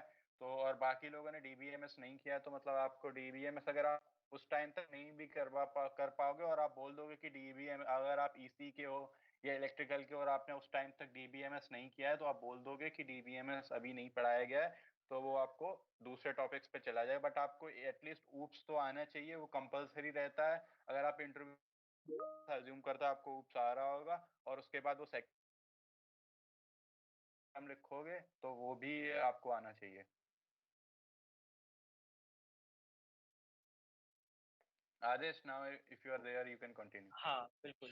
तो इस पे बिल्कुल ये इसने सही कहा है कि आप कंप्यूटर नेटवर्क्स और डीबीएमएस वाला जो पोर्शन रहता है, तो इस पे आप अगर फोकस नहीं भी रखोगे, मेरा मतलब क्वेश्चंस आते हैं, बट ये कि भाई 100 क्वेश्चन में से एक क्वेश्चन नहीं होगा, तो अपना बाकी का जो पोर्शन है वो अपना कवर अप अच्छे से हो जाना चाहिए। वही जेई वाला पोर्शन है कि भाई और ऑर्गेनिक नहीं हो रही, इनऑर्गेनिक नहीं हो रही, तो भाई अपन उसमें थोड़ा थोड़ा छोड़ देते हैं और बाकी क्वेश्चन पे ज्यादा फोकस करते हैं, तो वो वाली चीज है। तो ये चीजें मतलब सिर्फ तभी के लिए जब अपना कोडिंग राउंड दे रहे होते हैं। मैं ऑडिबल तो हूँ ना? या हाँ ऑडिबल। हाँ। तो अपना जो अपन इंटरव्यू देने जाते हैं उसमें क्या रहता है कि वो आपका मतलब वो अपने आप समझ जाते हैं कि भाई बच्चा किस पे ले जाना चाह रहा है बातों को। जैसे आपने स्टार्ट किया अपना इनिशियली, तो जैसे अब मेरा जैसे था, तो आज पहले आते ही उन्होंने अपना इंट्रोडक्शन पूछते हैं, फिर उसके बाद वो लोग डीएसए का आपका कॉन्सेप्ट चेक करते हैं, फिर एक आध कोड लिखवा देंगे आपसे। फिर क्या करते हैं, जैसे कंप्यूटर सब्जेक्ट्स के लिए जब लेके आते हैं तो वो आपसे इनिशियली पूछते हैं पहले कि आपको कौन सा सब्जेक्ट अच्छे से आता है। तो आप खुद ही बोलिए आगे से, भाई आपको ऊप्स अच्छा है तो ऊप्स बोलिए, डीबीएमएस अच्छा है तो डीबीएमएस बोलिए। बाकी मेरे को जहाँ तक लगता है मोस्ट प्रोबेबली जैसे हम थर्ड ईयर में से जितने भी थे, तो उनमें से कुछ ही लोगों को डीबीएमएस आती थी, कुछ ही लोगों को कंप्यूटर नेटवर्क्स आते थे। तो उस इसलिए उस पर फोकस रखना इतना ज्यादा जरूरी नहीं है जितना डीएसए पे रखना है। और एक ये जो अपना ऊप्स वाला पोर्शन रहता है इस पे बहुत ज्यादा रखना है, ठीक है। थर्ड फैक्टर होता है अपना, जैसे अभी ओरेकल की बात चल रही है तो उसके अंदर पर्सनालिटी डेवलपमेंट से और प्रोजेक्ट से रिलेटेड क्वेश्चंस पूछते ही पूछते हैं। तो पर्सनालिटी डेवलपमेंट तो खैर सबका इंडिविजुअल सबका अपना रहता है, इसमें तो कोई कुछ हेल्प नहीं कर सकता भाई, आप वहाँ पे खुद को रिप्रेजेंट कर रहे हैं, ठीक है। जो लास्ट होता है अपना प्रोजेक्ट बेस्ड, तो उसके अंदर जैसे मेरे एक दोस्त फ्रेंड है, उसने प्रोजेक्ट नहीं बना रखा था, तो उसमें एक फैक्टर ये रहता है कि अपन आगे से बोल सकते हैं sir my DSA portion is more stronger. अगर आपने प्रोजेक्ट को जैसे नहीं दिखा रखा, वेब पोर्टल वाला वेब डेवलपमेंट था जैसे, उसमें नहीं दिखा रखा उसने, और इंटरव्यू ऐसे पूछेगा नहीं, बट अगर उसने पूछा आपसे तो आप खुल के बोल सकते हैं उसके सामने कि नहीं सर मेरा ऐसा है ही नहीं वेब डेवलपमेंट में, आप डीएसए से एक बार मेरा स्ट्रॉन्ग है, उससे थोड़ा पूछिए। जैसे अभी आरसीसीएम था, उसका जब इंटरव्यू रहा था तो उन्होंने मेन फोकस जो था तो वो उन्होंने डीएसए पे रखा था। और जब वो वेब डेवलपमेंट पे लेके आ रहे थे तो मेरे काफी फ्रेंड्स थे जिन्होंने वेब डेवलपमेंट से उनको बोला आगे से कि सर मेरे से वेब डेवलपमेंट इतना, मतलब उन्होंने लिख रखा था प्रोजेक्ट के अंदर, बट उनका इतना अच्छा था नहीं। तो अपना मेन क्वेश्चन मैं इसीलिए कह रहा हूँ शुरुआत से कि डीएसए बहुत बहुत अच्छे से करके रखना होगा। अगर वो नहीं करोगे तो उसके बिना इंटरव्यू कभी नहीं निकल सकता। तो डीएसए पे ज्यादा फोकस रखें, सेकेंडरी फैक्टर रखें अपने प्रोजेक्ट को। अगर जब जिन्होंने प्रोजेक्ट कर रखा है तो प्रोजेक्ट की जब का प्रोजेक्ट छोटा भी हो सकता है, बड़ा भी हो सकता है, मेन चीज है जो आपने बनाया है उसको आपको पूरी नॉलेज होनी चाहिए। भले आपने किसी की हेल्प से बनाया हो, जैसे कुछ प्रोजेक्ट्स होते हैं किसी ने हमने किसी टीचर के साथ बना लिए, कुछ प्रोजेक्ट्स होते हैं हमने अपने कलीग्स के साथ बनाए, कुछ प्रोजेक्ट्स होते हैं हमने किसी से कॉपी किए, किसी से इंस्पायर हुए हैं, कुछ प्रोजेक्ट्स होते हैं तो हम यूट्यूब ट्यूटोरियल देख करके बनाते हैं। तो उनको ये फर्क नहीं पड़ रहा कि वो प्रोजेक्ट यूनिक है या नहीं है, उनको फर्क है कि जो बनाया है उसका नॉलेज आपको है या नहीं। तो प्रोजेक्ट में जो भी बनाए आप लोग तो उसका पूरा नॉलेज रखें, कहीं से भी बनाए, कैसे बनाए, खुद का बनाने की कोशिश रखेंगे तो ये है कि आपको उसकी यूनिकनेस पता होगी, आपको उसके हर एक फैक्टर के बारे में पता होगा। बट अगर आप किसी और से भी बना रहे हैं तो जो बना रहे हैं उस चीज का एक अच्छे से प्रॉपर नॉलेज होना बहुत जरूरी है आपका। अगर वो नहीं होगा तो उसके बिना कोई कुछ नहीं कर सकता है। ठीक है, लास्ट फैक्टर ओरेकल में तो यही रहता है अपना बेसिकली सब्जेक्ट्स हो गए। बाकी कुछ कंपनीज होती हैं जैसे ये निहाल बॉस हैं आपके, इनके फ्लिपकार्ट, इसके अंदर डीएसए पे मेन फोकस होता है। वो लोग प्रोजेक्ट पे कुछ पे शायद कम रखते हैं, आई थिंक निहाल, सही कह रहा हूँ मैं अगर तो बता देना गलत कर रहा हूँ तो हाँ ब्रो बिल्कुल सही। है ना। तो वही रहता है डीएसए पे मेन फोकस। तो आप देखो हर कंपनी को मेजरली डीएसए पे फोकस रखना है। आपका मेन एम होना चाहिए कि भाई मैंने एक नॉर्मल बेसिक प्रोग्रामिंग लैंग्वेज कर ली है मेरी, जो भी अपना सी पे स्टार्ट करते हैं अधिकतर लोग, कुछ लोग पाइथन से कर लेते हैं, but I think C most preferable होती है हमेशा से। ठीक है, दूसरा होता है अपना कि भाई सी करने के बाद अपन आगे मूव ऑन करते हैं तो सी प्लस प्लस, पाइथन, जावा। कभी किसी ने पूछा भी कि सी प्लस प्लस कौन सी एक, तो ये फैक्टर है जो आपको अच्छी लगे वो करो। अगर किसी के पास टाइम कम है और सी सीख रखी है तो फिर मैं उसको यही एडवाइस करूंगा कि भाई सी प्लस प्लस सीखो। क्यों? क्योंकि आपने सी कर रखी है तो सी प्लस प्लस में स्विच करने में आपको बिल्कुल दिक्कत नहीं आएगी। ठीक है, फिर उसके बाद फैक्टर आता है आपका डीएसए। तो आप जब सी प्लस प्लस प्रैक्टिस कर रहे हो तो उसमें क्या रहता है आपका कि भाई डीएसए के टॉपिक स्टार्ट किया हमने, एरेज किया, स्ट्रिंग्स कर लिया। ठीक है, फिर उसके बाद हम थोड़ा सा आगे अपना बेसिक जितना भी था वो पूरा किया, रिकर्जन वगैरह। फिर हम थोड़ा स्टैक पे आ गए, क्यूज, लिंक्ड लिस्ट। फिर उसके बाद हम ट्रीज पे आ गए।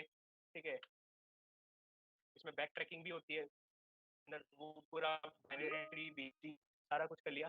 फिर उसके बाद ग्राफ कर लिया।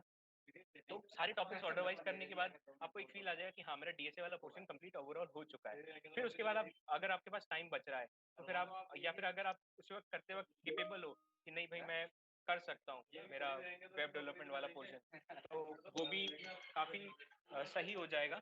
वेब डेवलपमेंट वाला पोर्शन अगर साथ ही साथ स्टार्ट कर दें, जैसे मैंने जो था मेरी कोडिंग जर्नी ऐसे रही कि 2019 में मैंने कोडिंग शुरू की थी। थोड़ा बहुत 8 महीने 8 8 महीने जो था मैंने नॉर्मल डीएसए पे प्रैक्टिस किया। उसके बाद पिछले साल दिसंबर में मैंने वेब डेवलपमेंट शुरू किया था। तो अभी जो लोग स्टार्ट कर रहे हैं तो वो आराम से अपना डीएसए पे फोकस रखें और 2 महीने में आराम से अपना बेसिक वेब डेवलपमेंट सीख लें, या ऐप डेवलपमेंट या मशीन लर्निंग जो भी वो लोग कर रहे हैं। फिर उसका लास्ट वाला फैक्टर होता है अपना कि भाई ये सब कर लिया, फिर उसके बाद अपना आता है computer subject, operating system, DBMS, या जो भी मतलब आप कर रहे हैं। तो वो चीजें आई थिंक इतने में काफी कुछ समराइज हो जाएगा कि भाई या आपको किस तरीके ओके से आदर्श, करनी है। तो अब किसी को कोई क्वेश्चन रह गया हो तो वो अपनी चैट में लिख सकता है, तो उसका हाँ स्पेसिफिक क्वेश्चन हम लोग टारगेट कर सकते हैं।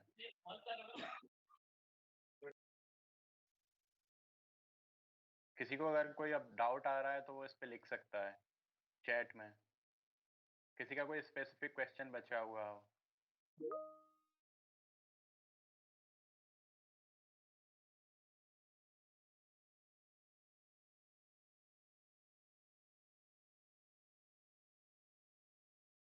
सो आई गेस सबके क्वेश्चंस के आंसर हो गए हैं। अगर किसी को प्रोजेक्ट मशीन लर्निंग से भी बनाया जा सकता है क्या? हाँ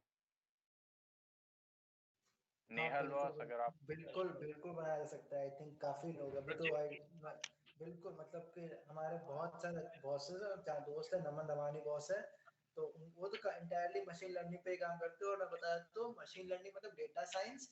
तो जो डेटा अभी बहुत एक कंपनी आई थी डेसिमल पॉइंट, और एक दो कंपनी और अभी आएंगी भी जो सिर्फ डेटा साइंस के लिए हायर करती है, मतलब सिर्फ मशीन लर्निंग के लिए ही हायर करती है, या फिर उनके पाइथन के लिए ही हायर करती है, तो बिल्कुल बना सकता है, कोई दिक्कत नहीं है।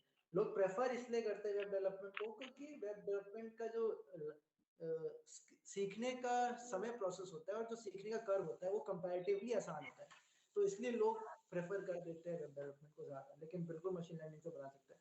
और मैं तो बोलता भी हूँ कि अगर कोई नॉन सर्कुलर ब्रांच के स्टूडेंट्स है, तो अगर उनको अपने आप पे बहुत ज्यादा भरोसा नहीं है तो वो मशीन लर्निंग या डेटा एनालिस्ट मतलब मशीन लर्निंग सीख सकते हैं, क्योंकि मशीन लर्निंग में एक फायदा होता है कि अगर तुम मशीन लर्निंग आ गई तो तुम एनालिस्ट के लिए आगे चल के जा सकते हो। एनालिस्ट क्या होता है, मैं बता देता हूँ कि एनालिस्ट मतलब कि ज्यादातर जो अपने कॉलेज में नॉन सर्कुलर ब्रांचेस की प्लेसमेंट लगती है वो एनालिस्ट रोल्स के लिए लगती है। एनालिस्ट का काम क्या होता है कि कोई डेटा लिया और उसको एनालाइज करके बताना कि इसमें क्या अच्छाई थी या फिर क्या बुराई थी, ठीक है। तो इसके लिए क्या हो जाता है कि इसके लिए जो स्किल्स रिक्वायर्ड है वो होती है पाइथन, एक सॉफ्टवेयर, फिर पाइथन से रिलेटेड फिर अलग अलग विजुअलाइजेशन टूल्स होते हैं। मतलब विजुअलाइजेशन टूल्स मतलब कि तुम्हारे पास कोई डेटा है लेकिन तुम उसको ग्राफ बना के रिप्रेजेंट कर दोगे एक्सेल में, ठीक है, एक्सेल में यूज हो जाता है। एक हो जाता है कि तुम उसको एक अलग सॉफ्टवेयर की तरह से रिप्रेजेंट करो, उसको पांडा बोलते हैं, और अलग अलग टाइप के सॉफ्टवेयर होते हैं। तो उन सॉफ्टवेयर का ज्ञान और एसक्यूएल का ज्ञान और पाइथन का ज्ञान डेटा एनालिस्ट के लिए काम आता है, और एप्टीट्यूड काम आता है, क्योंकि डेटा एनालिस्ट को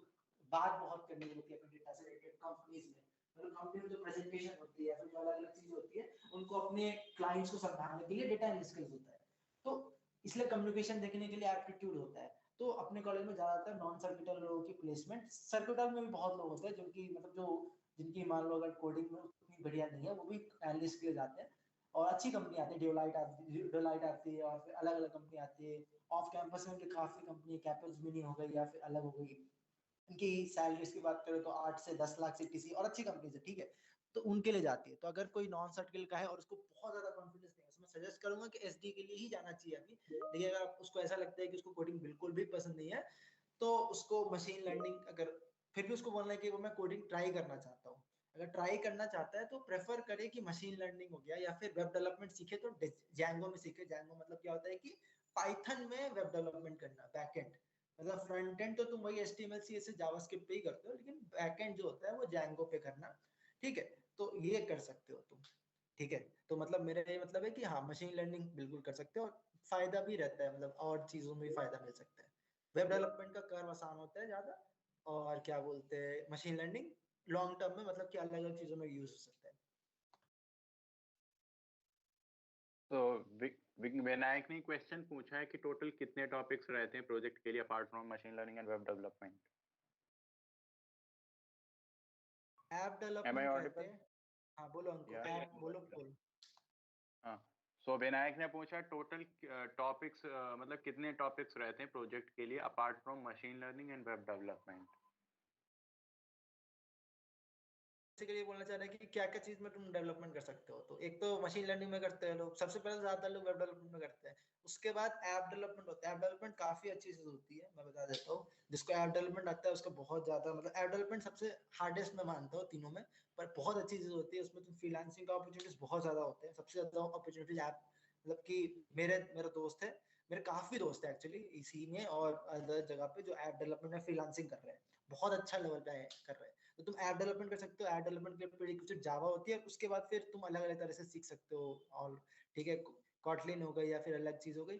इसके अलावा अगर तुम प्रोजेक्ट बनाना चाहो तो कुछ लोग मतलब कि हमारे कॉलेज में 2 3 4 लोग ब्लॉकचेन टेक्नोलॉजी सीख के भी प्रोजेक्ट बनाए हैं, ऐसा नहीं है उन पे ही प्रोजेक्ट्स बनाए हैं, पर उनके लिए लोग प्रेफर इसलिए नहीं कर। अगर तुम ब्लॉकचेन अच्छे से कर सकते हो, लेकिन मैं सजेस्ट करूंगा कि अगर बेटर रहेगा कि मेन स्ट्रीम प्रोजेक्ट बनाने की कोशिश करो वेब पे और ऐप पे। अगर एज अ इंटरेस्ट तुमको ब्लॉकचेन आ गया तो काफी अच्छी चीज है। हमारे कॉलेज में भी एक हमारे कॉलेज में भी एक बंदा है जो ब्लॉकचेन पे स्टार्टअप पे काम कर रहा है, तो बिल्कुल ब्लॉकचेन एक बोल सकते हो, लेकिन prefer to these stick try to stick to these things. और अगर एथिकल हैकिंग के बारे में जानना है तो उसके थोड़ा अंकुर बॉस बता देंगे तुमको, अगर एथिकल हैकिंग में इंटर्नशिप या फिर कुछ करना हो तो। अंकुर बॉस। पहले मैं एक क्वेश्चन का आंसर दे दूं। For an non circuital branch student which will be good development, web development और ऐप डेवलपमेंट। सो आप दोनों ही कर सकते हो टेक्निकली अगर देखा जाए तो। अगर जस्ट इन केस आपको बैकअप चाहिए तो ऐसा होता है कि जो कंपनीज आती हैं उनमें वो लोग वेब डेवलपमेंट को प्रेफरेंस देते हैं। अगर आपका प्रोजेक्ट वेब डेवलपमेंट पे तो आपको ज़्यादा सॉलिड कैंडिडेट मानते हैं देन आपके पास ऐप में है।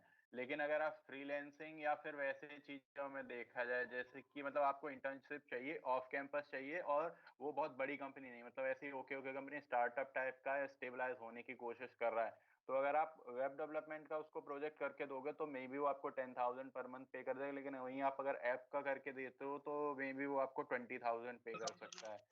और अभी बेस्ट जो चल रहा है ऐप डेवलपमेंट में, जो टेक्नोलॉजी चल रही है वो फ्लटर चल रही है, और वेब में अभी जो बेस्ट टेक्नोलॉजी चल रही है वो मर्न मर्न स्टैक चल रही है।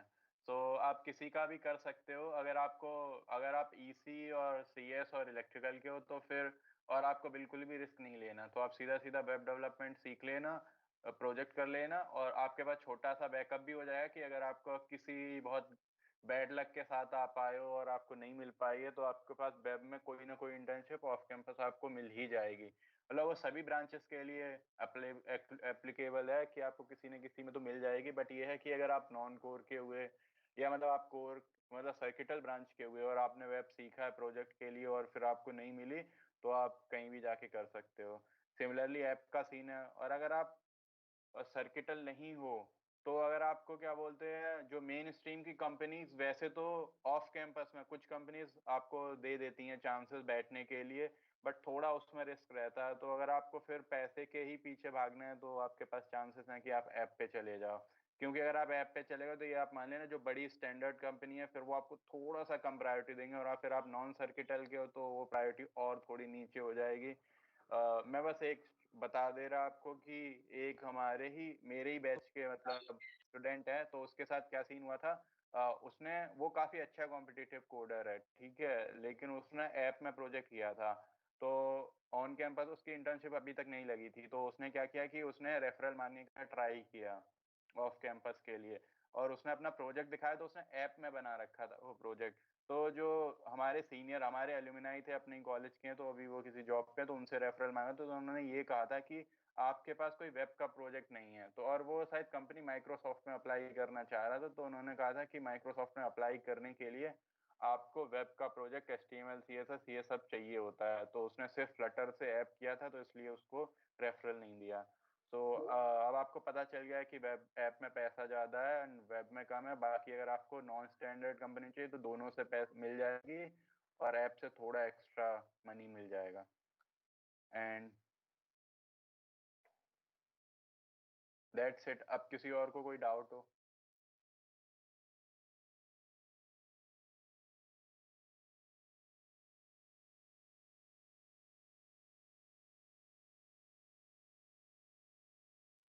Any course for starting game development?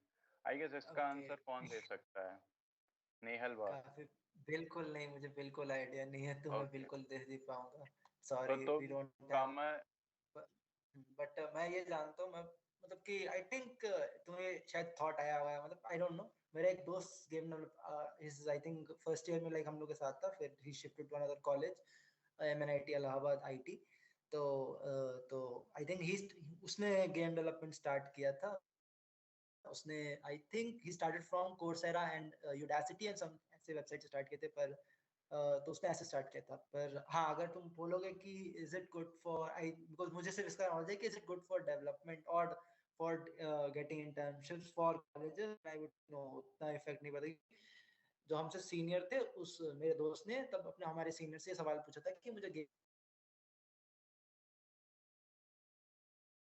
Okay, मैं एक चीज करेक्ट करना चाहूंगा। मैंने जैसे किसी ने पूछा था कि क्या बोलते हैं, मैंने जो डिजाइन बना रखा है एलिमिनार पे, तो उसके लिए तो वो उसको अपना कंसीडरेशन ना माने उसको प्रोजेक्ट में, मतलब ऐसे। यूज नहीं आएगा, बोलो। हाँ वही, क्योंकि वो लोग मतलब एक सेकेंडरी फैक्टर, सेकेंडरी क्या, बिल्कुल लास्ट फैक्टर रखेंगे उसको, बिल्कुल लास्ट फैक्टर रखेंगे उस चीज को।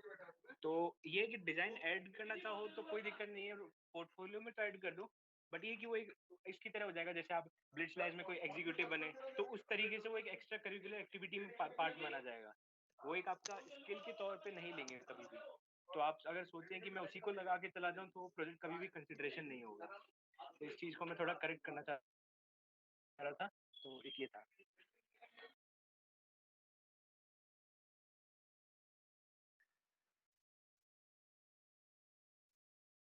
Thank you Adesh.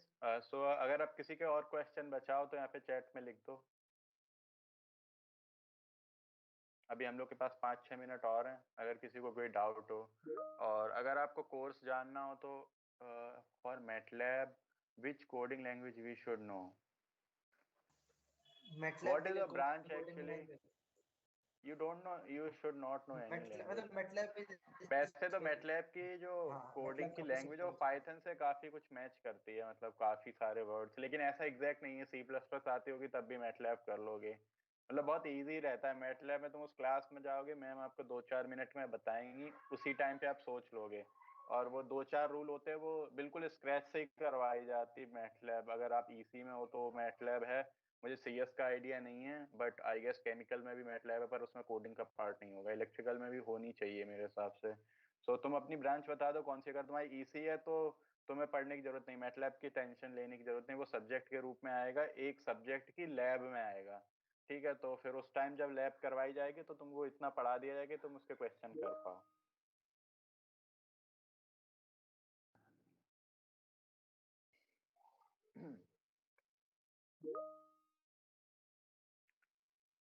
Okay.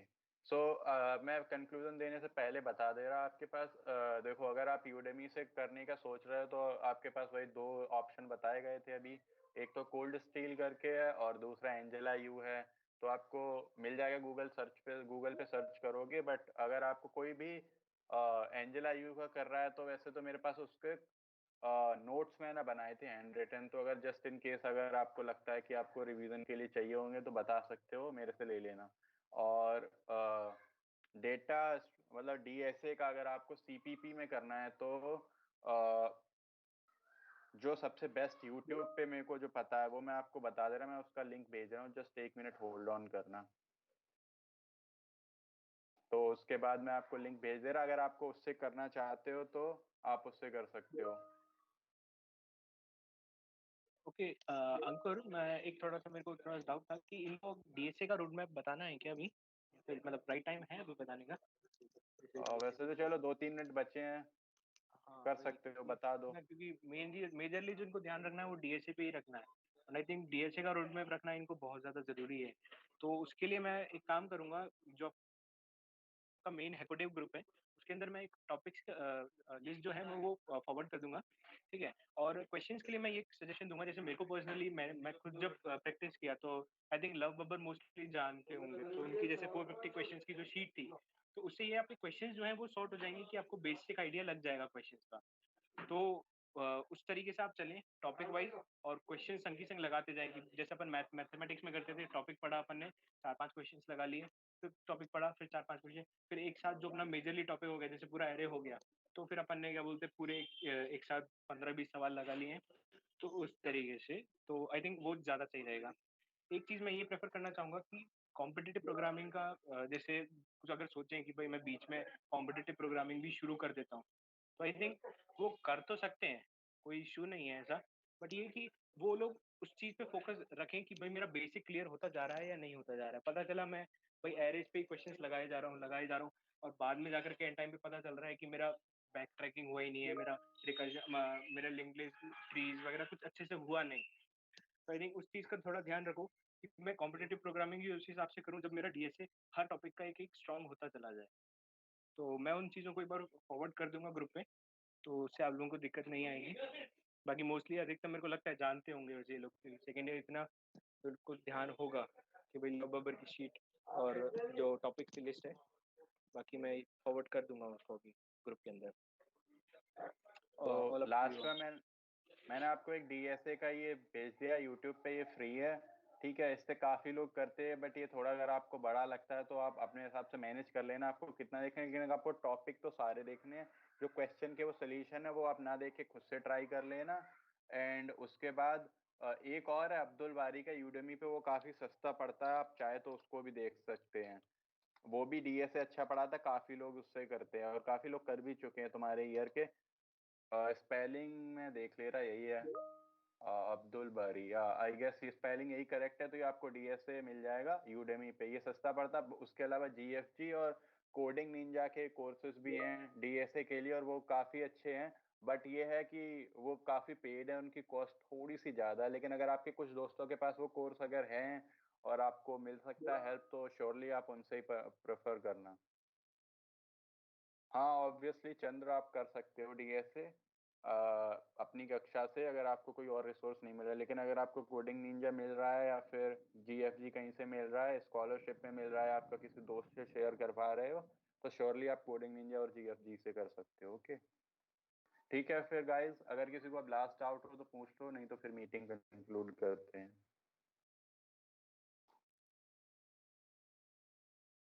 I assume अब किसी को डाउट नहीं होगा। बाकी हम लोग के what about code with Harry? Code with Harry ने सी का करवा रखा है, C++ का करवाया नहीं, और फिर कोड विद हैरी का मेरे को थोड़ा कम स्ट्रक्चर्ड लगा। आई मीन वो डीएसए के मैटर में थोड़ा कम अच्छा है। वो मोस्ट प्रोबेबली मतलब वो ऐसा है कि आप कॉलेज के लिए उससे पढ़ लो तो ठीक है, आपका एग्जाम निकल जाएगा, लेकिन डीएसए पर्सपेक्टिव से थोड़ा कम अच्छा लगा मुझे। आई होप, क्योंकि उन्होंने बस डेटा स्ट्रक्चर बता दिया, उससे रिलेटेड ना तो क्वेश्चन करवाया या फिर क्वेश्चन कैसे करने वो भी नहीं करा। जबकि मैंने डीएसए कोड विद हैरी का थोड़ा किया है, लाइक 40 वीडियोस तक, लेकिन मेरे को मजा नहीं आया उससे। मेरे पास अब्दुल बारी का गुड, तो आप अब्दुल बारी के से कर सकते हो।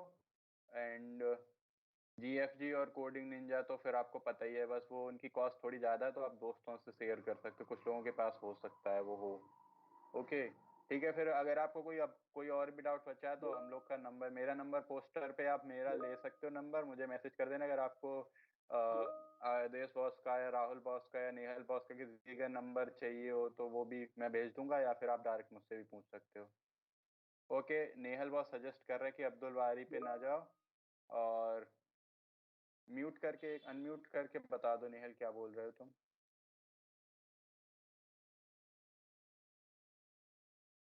Nehal, hello Nehal, if I am audible can you unmute yourself?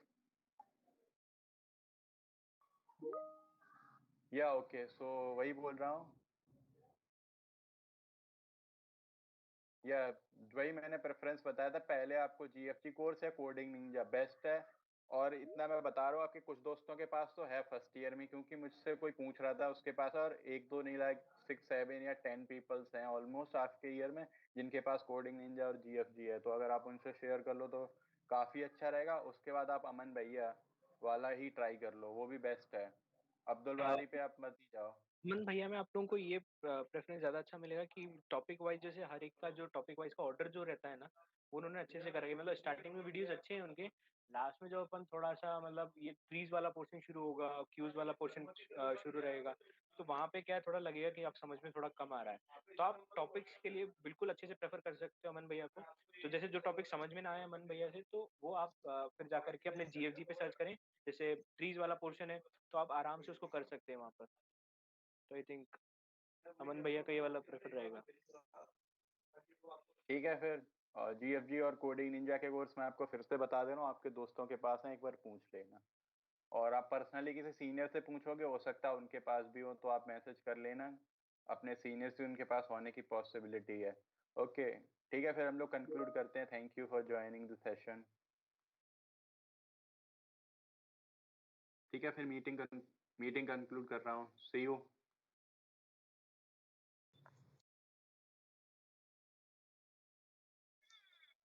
Hello bye. Hello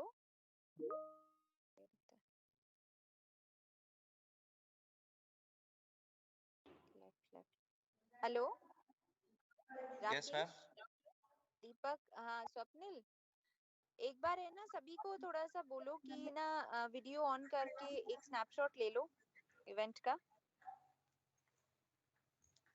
Everyone, जितने please switch पार्टिसिपेंट्स on हैं। your videos so that we can take a snapshot that we had this wonderful session today.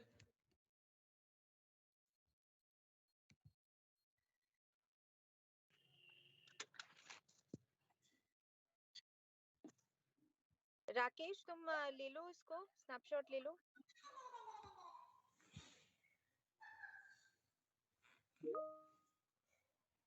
How many participants were there in total?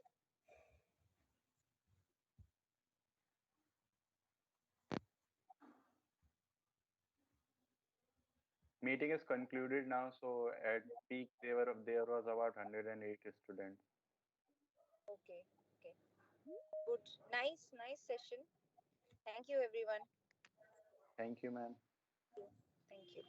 Thank you, ma'am. Thank you, everyone. Thank you, ma'am. You all. Thank you.